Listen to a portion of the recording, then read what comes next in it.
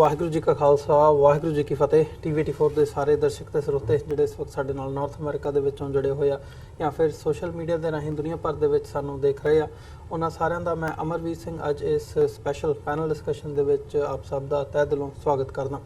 Viewers, ਅੱਜ ਅਸੀਂ ਜਦੋਂ ਹਫਤੇ ਦਾ ਅਖੀਰਲਾ ਪ੍ਰੋਗਰਾਮ ਕਰਨ ਜਾ ਰਹੇ ਹਾਂ ਤਾਂ ਇਸ ਹਫਤੇ ਦੀਆਂ ਜਿਹੜੀਆਂ ਅਹਿਮ ਡਿਵੈਲਪਮੈਂਟਸ ਨੇ, ਅਹਿਮ ਖਬਰਾਂ ਨੇ, ਖਾਸ ਤੌਰ ਤੇ ਜਦੋਂ ਅਸੀਂ ਦੋਵਾਂ ਪੰਜਾਬਾਂ ਦੀ ਗੱਲ ਕਰਦੇ ਹਾਂ, ਲਹਿੰਦੇ ਤੇ ਚੜ੍ਹਦੇ ਪੰਜਾਬ ਦੀ, ਇੰਡੀਆ ਤੇ ਪਾਕਿਸਤਾਨ ਦੇ ਜਿਹੜੇ ਰਿਲੇਸ਼ਨ ਨੇ ਜਿਵੇਂ ਉਹ ਇਵੋਲਵ ਹੋ ਰਹੇ ਆ, ਜਿਵੇਂ ਇੱਕ ਦੂਜੇ ਨਾਲ ਸੰਬੰਧਿਤ ਜਿਹੜੀ ਦੋਵੇਂ ਪਾਸਿਓਂ ਜਿਹੜੀ ਲੀਡਰਸ ਦੀ ਬਿਆਨਬਾਜ਼ੀ ਹੈ ਉਹਦੇ ਤੇ ਤਬਸਰਾ ਕਰਾਂਗੇ, ਵਿਚਾਰ ਚਰਚਾ ਕਰਾਂਗੇ। ਇਸ ਹਫਤੇ ਦੀਆਂ ਜਿਹੜੀਆਂ ਅਹਿਮ ਖਬਰਾਂ ਨੇ ਉਹਨਾਂ ਦੇ ਉੱਤੇ, ਉਹ ਭਾਵੇਂ ਜਦੋਂ ਇੰਡੀਆ ਤੇ ਪਾਕਿਸਤਾਨ ਦਾ ਇਹ ਕ੍ਰਿਕਟ ਵਰਲਡ ਕੱਪ ਸੀਰੀਜ਼ ਦੇ ਦੌਰਾਨ ਹੋਇਆ ਮੈਚ ਹੋਵੇ, ਉਹਦੇ ਵਿੱਚ ਇੰਡੀਆ ਦੀ ਜਿੱਤ ਤੋਂ ਬਾਅਦ ਜਿਵੇਂ ਅਮਿਤ ਸ਼ਾਹ ਦਾ ਰਿਐਕਸ਼ਨ ਸੀ ਤੇ ਉਧਰੋਂ ਫਿਰ ISPR ਦੇ ਆਸਿਫ ਗਫੂਰ ਵੱਲੋਂ ਜਿਵੇਂ ਉਹਨਾਂ ਦਾ ਜਵਾਬ ਦਿੱਤਾ ਗਿਆ, ਇਹ ਮਸਲਾ ਹੋਵੇ, ਜਾਂ ਭਾਰਤ ਦੀ ਜਿਹੜੀ ਪਾਰਲੀਮੈਂਟ ਹੈਗੀ ਹੈ 17ਵੀਂ ਲੋਕ ਸਭਾ ਦੇ ਵਿੱਚ ਜਿਵੇਂ ਇੱਕ ਧਰਮ ਨਿਰਪੱਖ ਹੋਣ ਦੇ ਬਾਵਜੂਦ ਜਿਵੇਂ ਅੱਲਾਹੂ ਅਕਬਰ ਤੋਂ ਲੈ ਕੇ ਜੈ ਸ਼੍ਰੀ ਰਾਮ, ਜੈ ਮਾਤਾ ਦੀ ਦੇ ਜਿਹੜੇ ਨਾਅਰੇ ਲੱਗੇ ਵੱਡੀ ਤਾਦਾਦ ਦੇ ਵਿੱਚ, ਇੱਕ ਕਿਵੇਂ ਉਹਦੇ ਵਿੱਚ ਇੱਕ ਫਿਰਕੂ ਮਾਹੌਲ ਨਜ਼ਰ ਆਇਆ, ਇਹ ਇਸ਼ੂ ਤੇ ਨਾਲ ਨਾਲ ਜਿਹੜੇ ਇੰਟਰਨੈਸ਼ਨਲ ਇਸ਼ੂਜ਼ ਹੈਗੇ ਆ ਉਹ ਅਮਰੀਕਾ ਨਾਲ ਸੰਬੰਧਿਤ ਹੋਵੇ, ਅਮਰੀਕਾ ਦੀ ਈਰਾਨ ਦੇ ਨਾਲ ਇਸ ਵਕਤ ਜਿਹੜੀ ਇੱਕ ਅਸੀਂ ਸ਼ਬਦੀ ਜੰਗ ਕਹਿ ਰਹੇ ਹਾਂ, ਇਹ ਕਿਸ ਹੱਦ ਤੱਕ ਲੀਡ ਕਰ ਸਕਦੀ ਹੈ। ਸੋ ਇਹਨਾਂ ਇਸ਼ੂਜ਼ ਦੇ ਉੱਤੇ ਅੱਜ ਵਿਚਾਰ ਚਰਚਾ ਦੇ ਲਈ ਸਾਡੇ ਨਾਲ ਸੀਨੀਅਰ ਜਰਨਲਿਸਟ ਮਲਿਕ ਸਾਹਿਬ, ਸਲੀਮ ਮਲਿਕ, ਤੇ ਖਾਲਿਸਤਾਨ ਅਫੇਅਰਸ ਸੈਂਟਰ ਦੇ ਸੰਚਾਲਕ ਡਾਕਟਰ ਅਮਰਜੀਤ ਸਿੰਘ ਸਾਡੇ ਨਾਲ ਇਸ ਵਕਤ ਮੌਜੂਦ ਨੇ। ਆਓ ਇਹਨਾਂ ਦੋਵਾਂ ਸ਼ਖਸੀਅਤਾਂ ਦੇ ਨਾਲ ਮਿਲ ਕੇ ਅਸੀਂ ਅੱਜ ਦੇ ਇਸ ਪ੍ਰੋਗਰਾਮ ਦੀ ਸ਼ੁਰੂਆਤ ਕਰਦੇ ਹਾਂ। ਤੁਹਾਡੇ ਦੋਵਾਂ ਦਾ ਸਵਾਗਤ ਹੈ ਜੀ। अस्सलाम वालेकुम, वाहिगुरू जी का खालसा वाहिगुरू जी की फतेह। मलिक साहब, शुरुआत मैं तुहाडे कोलों करा। पहला इशू मैं यही चाहूँगा ਜਿਹੜਾ ਇੰਡੀਆ ਤੇ ਪਾਕਿਸਤਾਨ ਦੇ ਰਿਲੇਸ਼ਨਸ ਹੈਗੇ ਨੇ, ਜਿਵੇਂ ਉਹਦੇ ਵਿੱਚ ਖਟਾਸ ਦੀ ਹਮੇਸ਼ਾ ਅਸੀਂ ਗੱਲ ਕਰਦੇ ਹਾਂ, ਪਰ ਕਿਵੇਂ ਆ ਜਿਹੜਾ ਹੁਣ ਆਪਸ ਦੇ ਵਿੱਚ ਹਮੇਸ਼ਾ ਕ੍ਰਿਕਟ ਦੀ ਬੜੀ ਵੱਡੀ ਇੱਕ ਹਾਈਪ ਹੁੰਦੀ ਹੈ ਜਦੋਂ ਦੋਵਾਂ ਦੇਸ਼ਾਂ ਦਾ ਮੈਚ ਹੁੰਦਾ, ਇੰਡੀਆ ਤੇ ਪਾਕਿਸਤਾਨ ਦਾ, ਸਾਰੀਆਂ ਜਿਹੜੀਆਂ ਨਜ਼ਰਾਂ ਨੇ ਉਸ ਮੈਚ ਦੇ ਉੱਤੇ ਟਿਕੀਆਂ ਹੁੰਦੀਆਂ ਨੇ, ਸੱਟੇ ਦਾ ਬਾਜ਼ਾਰ ਵੀ ਕਾਫੀ ਗਰਮ ਹੁੰਦਾ। ਹੁਣ ਜਦੋਂ ਇੰਡੀਆ ਜਿੱਤਿਆ, ਜਿਵੇਂ ਅਮਿਤ ਸ਼ਾਹ ਨੇ ਰਿਐਕਟ ਕੀਤਾ, ਉਹਨਾਂ ਨੇ ਬਿਆਨ ਦਿੱਤਾ ਕਿ ਅਸੀਂ ਜਿੱਤ ਗਏ ਆ, ਇਹ ਜਿਹੜੀ ਸਟ੍ਰਾਈਕ ਹੈ ਦੁਬਾਰਾ ਸਰਜੀਕਲ ਸਟ੍ਰਾਈਕ ਦਾ ਨਾਮ ਦਿੰਦੇ ਆ, ਉਹਦੇ ਨਾਲ ਜੋੜਦੇ ਆ ਉਹ ਕੀਤਾ। ਫਿਰ ਉਧਰੋਂ ISPR ਦੇ ਆਸਿਫ ਗਫੂਰ ਸਾਹਿਬ ਦਾ, ਉਹਨਾਂ ਨੇ ਜਿਸ ਹਿਸਾਬ ਨਾਲ ਉਹਦਾ ਜਵਾਬ ਦਿੱਤਾ ਕਿ ਯਾਦ ਕਰੋ ਤੁਹਾਡੇ ਜਿਹੜੇ ਜਹਾਜ਼ ਸੀ ਅਸੀਂ ਕਿਵੇਂ ਡਿੱਗੇ ਸੀ। ਕੀ ਸਮਝਦੇ ਹੋ, ਕੀ ਕਹਿਣਾ ਚਾਹੋਗੇ ਇਸ ਬਾਰੇ? ਇਹ ਜਿਹੜੀ ਬਿਆਨਬਾਜ਼ੀ ਹੈ ਕਿੰਨੀ ਕੁ ਜਾਇਜ਼ ਹੈ? ਦੇਖੋ, ਬਦਕਿਸਮਤੀ ਨਾਲ ਅਸੀਂ ਅੱਜ 21ਵੀਂ ਸਦੀ ਦੇ ਅੰਦਰ ਜ਼ਿੱਦਾਂ, ਜਿੱਥੇ ਹਰ ਚੀਜ਼ ਸਾਡੇ ਦਸਤਰ ਦੇ ਅੰਦਰ ਹੈ। ਹੁਣ ਤੁਹਾਡੇ ਕੋਲ ਇੱਕ ਸਮਾਰਟਫੋਨ ਅਗਰ ਹੈ ਤੇ ਤੁਸੀਂ ਪੂਰੀ ਦੁਨੀਆ ਦੇ ਨਾਲ ਜੁੜੇ ਹੋਏ ਹੋ। ਸਪੋਰਟਸ, ਸ਼ੋ ਬਿਜ਼ਨਸ, ਇਹ ਦੋ ਜਿਹੜੇ ਡਿਪਾਰਟਮੈਂਟ ਸੀ, ਸ਼ੋਬੇ ਸੀ, ਇਹਦੇ ਅੰਦਰ ਲੋਕ ਯੂਨੀਵਰਸਲ ਸੀ। ਖਿਲਾੜੀ ਜਿਹੜਾ ਹੈ ਉਹ ਕਿਸੇ ਕੌਮ ਦਾ, ਕਬੀਲੇ ਦਾ ਜਾਂ ਇੱਕ ਮੁਲਕ ਦਾ ਖਿਲਾੜੀ ਨਹੀਂ ਹੁੰਦਾ ਸੀ ਅਗਰ ਉਹਦੀ ਕਾਰਕਰਦਗੀ ਬਹੁਤ ਵਧੀਆ। ਇਸੇ ਤਰ੍ਹਾਂ ਹੁਣ ਹਾਲੀਵੁੱਡ ਦੇ ਜਿਹੜੇ ਸਟਾਰ ਸੀ, ਅਸੀਂ ਬਚਪਨ ਦੇ ਅੰਦਰ ਜਦੋਂ ਪਾਕਿਸਤਾਨ, ਪੰਜਾਬ ਦੇ ਅੰਦਰ ਜਾਂ ਇੰਡੀਆ ਦੇ ਅੰਦਰ ਰਹਿੰਦੇ ਸੀ ਤੇ ਅਸੀਂ ਸਾਰੇ ਜਿਹੜੇ ਹਾਲੀਵੁੱਡ ਦੇ ਸਟਾਰਸ ਦੀ ਮੂਵੀ ਦੇਖਦੇ ਸੀ ਤੇ ਉਹ ਸਾਡੇ ਆਈਕਨ ਹੁੰਦੇ ਸੀ ਉਸ ਜ਼ਮਾਨੇ ਤੇ। ਲੇਕਿਨ ਇਹ ਜਿਹੜੇ ਲੋਕ ਹੁੰਦੇ ਸੀ, ਸਪੋਰਟਸ ਜਿਹੜਾ ਹੈ ਉਹਦਾ ਪੋਲਿਟਿਕਸ ਤੋਂ ਕੋਈ ਤਾਲੁਕ ਨਹੀਂ ਸੀ। ਇਸੇ ਤਰ੍ਹਾਂ ਸ਼ੋ ਬਿਜ਼ਨਸ ਦੇ ਅੰਦਰ ਵੀ ਚਾਹੇ ਦੁਨੀਆ ਭਰ ਦਾ ਉਹ ਲੋਕ ਅੱਛੇ ਫਨਕਾਰ ਨੂੰ ਪਸੰਦ ਕਰਦੇ ਸੀ, ਅੱਛੇ ਗਵਈਏ ਨੂੰ ਪਸੰਦ ਕਰਦੇ ਸੀ, ਕਲਾਕਾਰ ਨੂੰ ਪਸੰਦ ਕਰਦੇ ਸੀ। ਲੇਕਿਨ ਬਦਕਿਸਮਤੀ ਨਾਲ ਇਹ ਅਗਰ ਅਮਿਤ ਸ਼ਾਹ ਹੁਣ ਇੰਟੀਰੀਅਰ ਮਿਨਿਸਟਰ ਵੀ ਬਣ ਗਿਆ ਤੇ ਹੁਣ ਅਗਰ ਇਸ ਕਿਸਮ ਦੇ ਬਿਆਨਾਤ ਦਿੰਦਾ ਹੈ ਤੇ ਉਸ ਤੋਂ ਸਾਬਿਤ ਹੈ ਹੋ ਰਿਹਾ ਸੀ ਕਿ ਇਹ ਕ੍ਰਿਕਟ ਮੈਚ ਨਹੀਂ ਸੀ। ਇਹ ਉਹਨਾਂ ਨੇ ਹੋਰ ਇੱਕ ਵਾਰੀ ਫਿਰ ਆਪਣੀ ਟੀਮ ਨੂੰ ਹੀ ਉਹਨਾਂ ਨੇ ਕ੍ਰਿਟਿਸਾਈਜ਼ ਤੇ ਕੰਟਰੋਵਰਸ਼ਲ ਬਣਾਤਾ ਕਿ ਉਹ ਸ਼ਾਇਦ ਅਮੀਰ ਸ਼ਾਹ ਦੀ ਟੀਮ ਸੀ ਜਾਂ BJ ਸਰਕਾਰ ਦੀ ਕ੍ਰਿਕਟ ਟੀਮ ਸੀ। ਇਸ ਤਰ੍ਹਾਂ ਨਹੀਂ ਹੋਣਾ ਚਾਹੀਦਾ। ਲੇਕਿਨ ਇਸ ਤੋਂ ਨਜ਼ਰ ਕੀ ਆਉਂਦਾ? ਨਜ਼ਰ ਇਹ ਆਉਂਦਾ ਹੈ ਕਿ ਉਹ ਲੋਕ ਕੋਈ ਵੀ ਇੱਦਾਂ ਦਾ ਮੌਕਾ ਜਿਹਦੇ ਅੰਦਰ ਪਾਕਿਸਤਾਨ ਦੇ ਨਾਲ ਕੋਈ ਉਹ ਬਦਮਾਸ਼ੀ ਦਾ ਸਲੂਕ, ਮੈਂ ਅਲਫਾਜ਼ ਇਸਤੇਮਾਲ ਕਰਾਂਗਾ, ਜਾਂ ਗੁੰਡਾਗਰਦੀ ਦੇ ਬਿਆਨਾਤ ਅਗਰ ਉਹਨਾਂ ਨੂੰ ਮੌਕਾ ਮਿਲੇ ਤੇ ਉਹ ਦਿੰਦੇ। ਇਸ ਤੋਂ ਨਾ ਬਾਇਲੈਟਰਲ ਰਿਲੇਸ਼ਨ ਅੱਛੇ ਹੁੰਦੇ ਆ ਔਰ ਇਸ ਕਿਸਮ ਦੇ ਬਿਆਨਾਤ ਨਾਲ ਤੁਸੀਂ ਇੱਜ਼ਤ ਨਹੀਂ ਕਮਾਉਂਦੇ।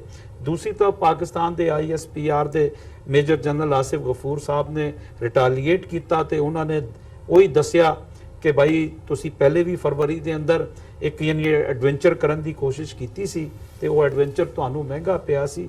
ਲੇਕਿਨ ਮੈਂ ਸਮਝਦਾ ਕਿ ਮੇਜਰ ਜਨਰਲ ਆਸਿਫ ਗਫੂਰ ਦੇ ਬਜਾਏ ਅਗਰ ਪਾਕਿਸਤਾਨ ਦੀ ਜਿਹੜੀ ਡੈਮੋਕ੍ਰੈਟਿਕ ਗਵਰਨਮੈਂਟ ਹੈ PTI ਦੀ, ਜਿਹਦੇ ਪ੍ਰਧਾਨ ਮੰਤਰੀ ਇਮਰਾਨ ਖਾਨ ਆ, ਅਗਰ ਉਹਨਾਂ ਦਾ ਇੰਟੀਰੀਅਰ ਮਿਨਿਸਟਰ ਇਹ ਅਗਰ ਸਟੇਟਮੈਂਟ ਦੇ ਤੇ ਮੈਂ ਸਮਝਦਾ ਉਸ ਤੋਂ ਮੈਸੇਜ ਅੱਛਾ ਜਾਏਗਾ। ਨਹੀਂ ਤੇ ਉਹ ਮੈਸੇਜ ਇਹ ਜਾਂਦਾ ਹੈ ਕਿ ਪਾਕਿਸਤਾਨ ਦੀ ਜਿਹੜੀ ਗਵਰਨਮੈਂਟ ਹੈ, ਜਿਹੜੀ ਇਲੈਕਟ ਹੋ ਕੇ ਆਈ ਹੈ ਆਵਾਮ ਦੇ ਵੋਟਾਂ ਤੋਂ, ਉਹਨਾਂ ਕੋਲ ਕੋਈ ਇਖਤਿਆਰ ਨਹੀਂ। ਤੇ ਲੇਕਿਨ ਇਸ ਕਿਸਮ ਦੀ ਬਿਆਨਬਾਜ਼ੀ ਖਾਸ ਤੌਰ ਤੇ ਅਮਿਤ ਸ਼ਾਹ ਜਾਂ ਕੋਈ ਦਿੰਦਾ ਹੈ ਤੇ ਉਸ ਤੋਂ ਉਹ ਕਿਸੇ ਦਾ ਨੁਕਸਾਨ ਨਹੀਂ ਕਰ ਰਹੇ, ਉਹ ਇੰਡੀਅਨ ਜਿਹੜੀ ਕ੍ਰਿਕਟ ਟੀਮ ਹੈ ਉਹਨੂੰ ਡੀਮੋਰਲਾਈਜ਼ ਕਰ ਰਹੇ। ਤੇ ਉਹਨਾਂ ਦਾ ਬਿਆਨ ਦੁਨੀਆ ਭਰ ਦੇ ਮੈਂ ਦੇਖਿਆ ਕ੍ਰਿਕਟ ਦੇ ਜਿਹੜੇ ਸੀਨੀਅਰ ਖਿਲਾੜੀ ਕਦੀ ਹੁੰਦੇ ਸੀ ਤੇ ਹੁਣ ਜਿਹੜੇ ਉਹ ਐਂਕਰ ਬਣੇ ਆ ਜਾਂ ਦਾਨਸ਼ਵਰ ਕ੍ਰਿਕਟ ਐਨਾਲਿਸਟ, ਉਹਨਾਂ ਨੇ ਵੀ ਉਹਦੀ ਯਾਨੀ ਨਾ ਕੋਈ ਪਸੰਦਗੀਦੀ ਦਾ ਇਜ਼ਹਾਰ ਨਹੀਂ ਕੀਤਾ। ਤੇ ਮੈਂ ਸਮਝਦਾ ਕਿ ਅਮਿਤ ਸ਼ਾਹ ਜਾਂ BJP ਸਰਕਾਰ ਨੂੰ ਯਾਨੀ ਖੇਲ ਦੇ ਅੰਦਰ ਰਾਜਨੀਤੀ ਨਹੀਂ ਲਿਆਉਣੀ ਚਾਹੀਦੀ। ਜੀ ਡਾਕਟਰ ਸਾਹਿਬ, ਤੁਹਾਡਾ ਕੀ ਟੇਕ ਹੈ ਇਹਦੇ ਤੇ? ਕੀ ਸਮਝਦੇ ਹੋ ਕਿ ਜਿਸ ਲੈਵਲ ਤੇ ਆ ਕੇ ਬਿਆਨਬਾਜ਼ੀ ਹੁਣ ਹੋ ਗਈ ਹੈ, ਜਿਵੇਂ ਮਲਿਕ ਸਾਹਿਬ ਨੇ ਦੱਸਿਆ ਵੀ ਖੇਡ ਹੋ ਗਈ, ਮਤਲਬ ਖੇਡ ਦਾ ਇੱਕ ਆਪਣਾ ਰੁਤਬਾ ਹੁੰਦਾ, ਉਹਦੇ ਵਿੱਚ ਇੱਕ ਟੀਮ ਸਪਿਰਿਟ ਵੀ ਹੁੰਦੀ ਹੈ, ਸਪੋਰਟਸਮੈਨ ਸਪਿਰਿਟ ਵੀ ਹੁੰਦੀ ਹੈ, ਤੇ ਇਹਦੇ ਵਿੱਚ ਮਤਲਬ ਇਸ ਲੈਵਲ ਤੇ ਆ ਕੇ ਜਿਹੜੀ ਪੋਲਿਟਿਕਸ ਦੀ ਬਿਆਨਬਾਜ਼ੀ ਹੈ, ਮਤਲਬ ਮੈਂ ਨੀਵੇਂ ਪੱਧਰ ਦੀ ਕਹੂੰਗਾ, ਕੀ ਸਮਝਦੇ ਹੋ ਇਸ ਬਾਰੇ? ਦੇਖੋ, ਮਲਿਕ ਸਾਹਿਬ ਨੇ ਬੜੀ ਪਤੇ ਦੀ ਗੱਲ ਕੀਤੀ ਹੈ। ਅਮਰੀਕਾ 'ਚ ਜਿਸ ਜ਼ਮਾਨੇ 'ਚ ਸਲੇਵਰੀ ਸੀ, ਉਦੋਂ ਵੀ ਦੋ ਸ਼ੋਬੇ, ਦੋ ਫੀਲਡ ਐਸੇ ਸੀ ਜਿਹਦੇ 'ਚ ਗੋਰਾ ਵਾਈਟ ਗੋਰਾ ਨਹੀਂ ਸੀ ਰਹਿੰਦਾ। ਉਹ ਫੀਲਡ ਸੀ ਸਪੋਰਟਸ ਔਰ ਮਿਊਜ਼ਿਕ। ਅੱਜ ਵੀ ਜਦੋਂ ਅਸੀਂ ਅਫਰੀਕਨ ਅਮਰੀਕਨਸ ਨੂੰ ਦੇਖਦੇ ਹਾਂ ਕਿ ਇਹਨਾਂ ਦੋ ਫੀਲਡਸ ਦੇ ਵਿੱਚੋਂ ਐਕਸੈਲ ਕਰਦੇ ਨੇ, ਔਰ ਉਸ ਪੀਰੀਅਡ ਦੇ ਵਿੱਚ ਹਰ ਗੋਰਾ ਜਿਹੜਾ ਹੈ ਉਹ ਬਿਲਕੁਲ ਨਾਨ ਰੇਸਿਸਟ ਬਣ ਜਾਂਦਾ ਸੀ। ਔਰ ਇਹੀ ਰੀਜ਼ਨ ਹੈ ਕਿ ਅਫਰੀਕਨ ਅਮਰੀਕਨਸ ਨੂੰ ਮੌਕਾ ਮਿਲਿਆ ਇਹਨਾਂ ਦੋਨਾਂ ਫੀਲਡਸ ਦੇ ਵਿੱਚ ਐਕਸੈਲ ਕਰਨ ਦਾ। ਫਿਰ ਅਸੀਂ ਦੇਖਦੇ ਹਾਂ ਕਿ 60-70s ਦੇ ਵਿੱਚ ਇੱਕ ਰੁਝਾਨ ਸ਼ੁਰੂ ਹੋਇਆ ਜਿਹੜਾ ਕਿ ਸਪੋਰਟਸ ਦੇ ਵਿੱਚ ਪੋਲੀਟੀਕਲ ਮੈਸੇਜ ਦੇਣ ਦਾ ਸੀ ਪਲੇਅਰਸ ਦੇ ਬਿਹਾਫ ਤੇ। ਔਰ ਉਹਦੇ 'ਚ ਖਾਸ ਤੌਰ ਤੇ ਜਦੋਂ ਸਾਊਥ ਅਫਰੀਕਾ, ਜਿਹਦੇ 'ਚ ਕਿ ਅਪਾਰਥਾਈਡ ਸੀ, ਨਸਲੀ ਵਿਤਕਰਾ ਸੀ, ਔਰ ਪਲੇਅਰਸ ਨੇ ਇਹ ਲਾਈਨ ਲੈਣੀ ਸ਼ੁਰੂ ਕੀਤੀ ਕਿ ਵੀ ਜੇ ਉਹਨਾਂ ਦੀ ਟੀਮ ਆਏਗੀ ਤੇ ਅਸੀਂ ਨਹੀਂ ਖੇਡਣਾ। ਉਹਦੇ ਪਿੱਛੇ ਵੀ ਮੁਲਕਾਂ ਦੀ ਰਾਜਨੀਤੀ ਸੀ ਔਰ ਉਹ ਕਿਸੇ ਹੱਦ ਤੱਕ ਇਫੈਕਟਿਵ ਵੀ ਹੋਇਆ।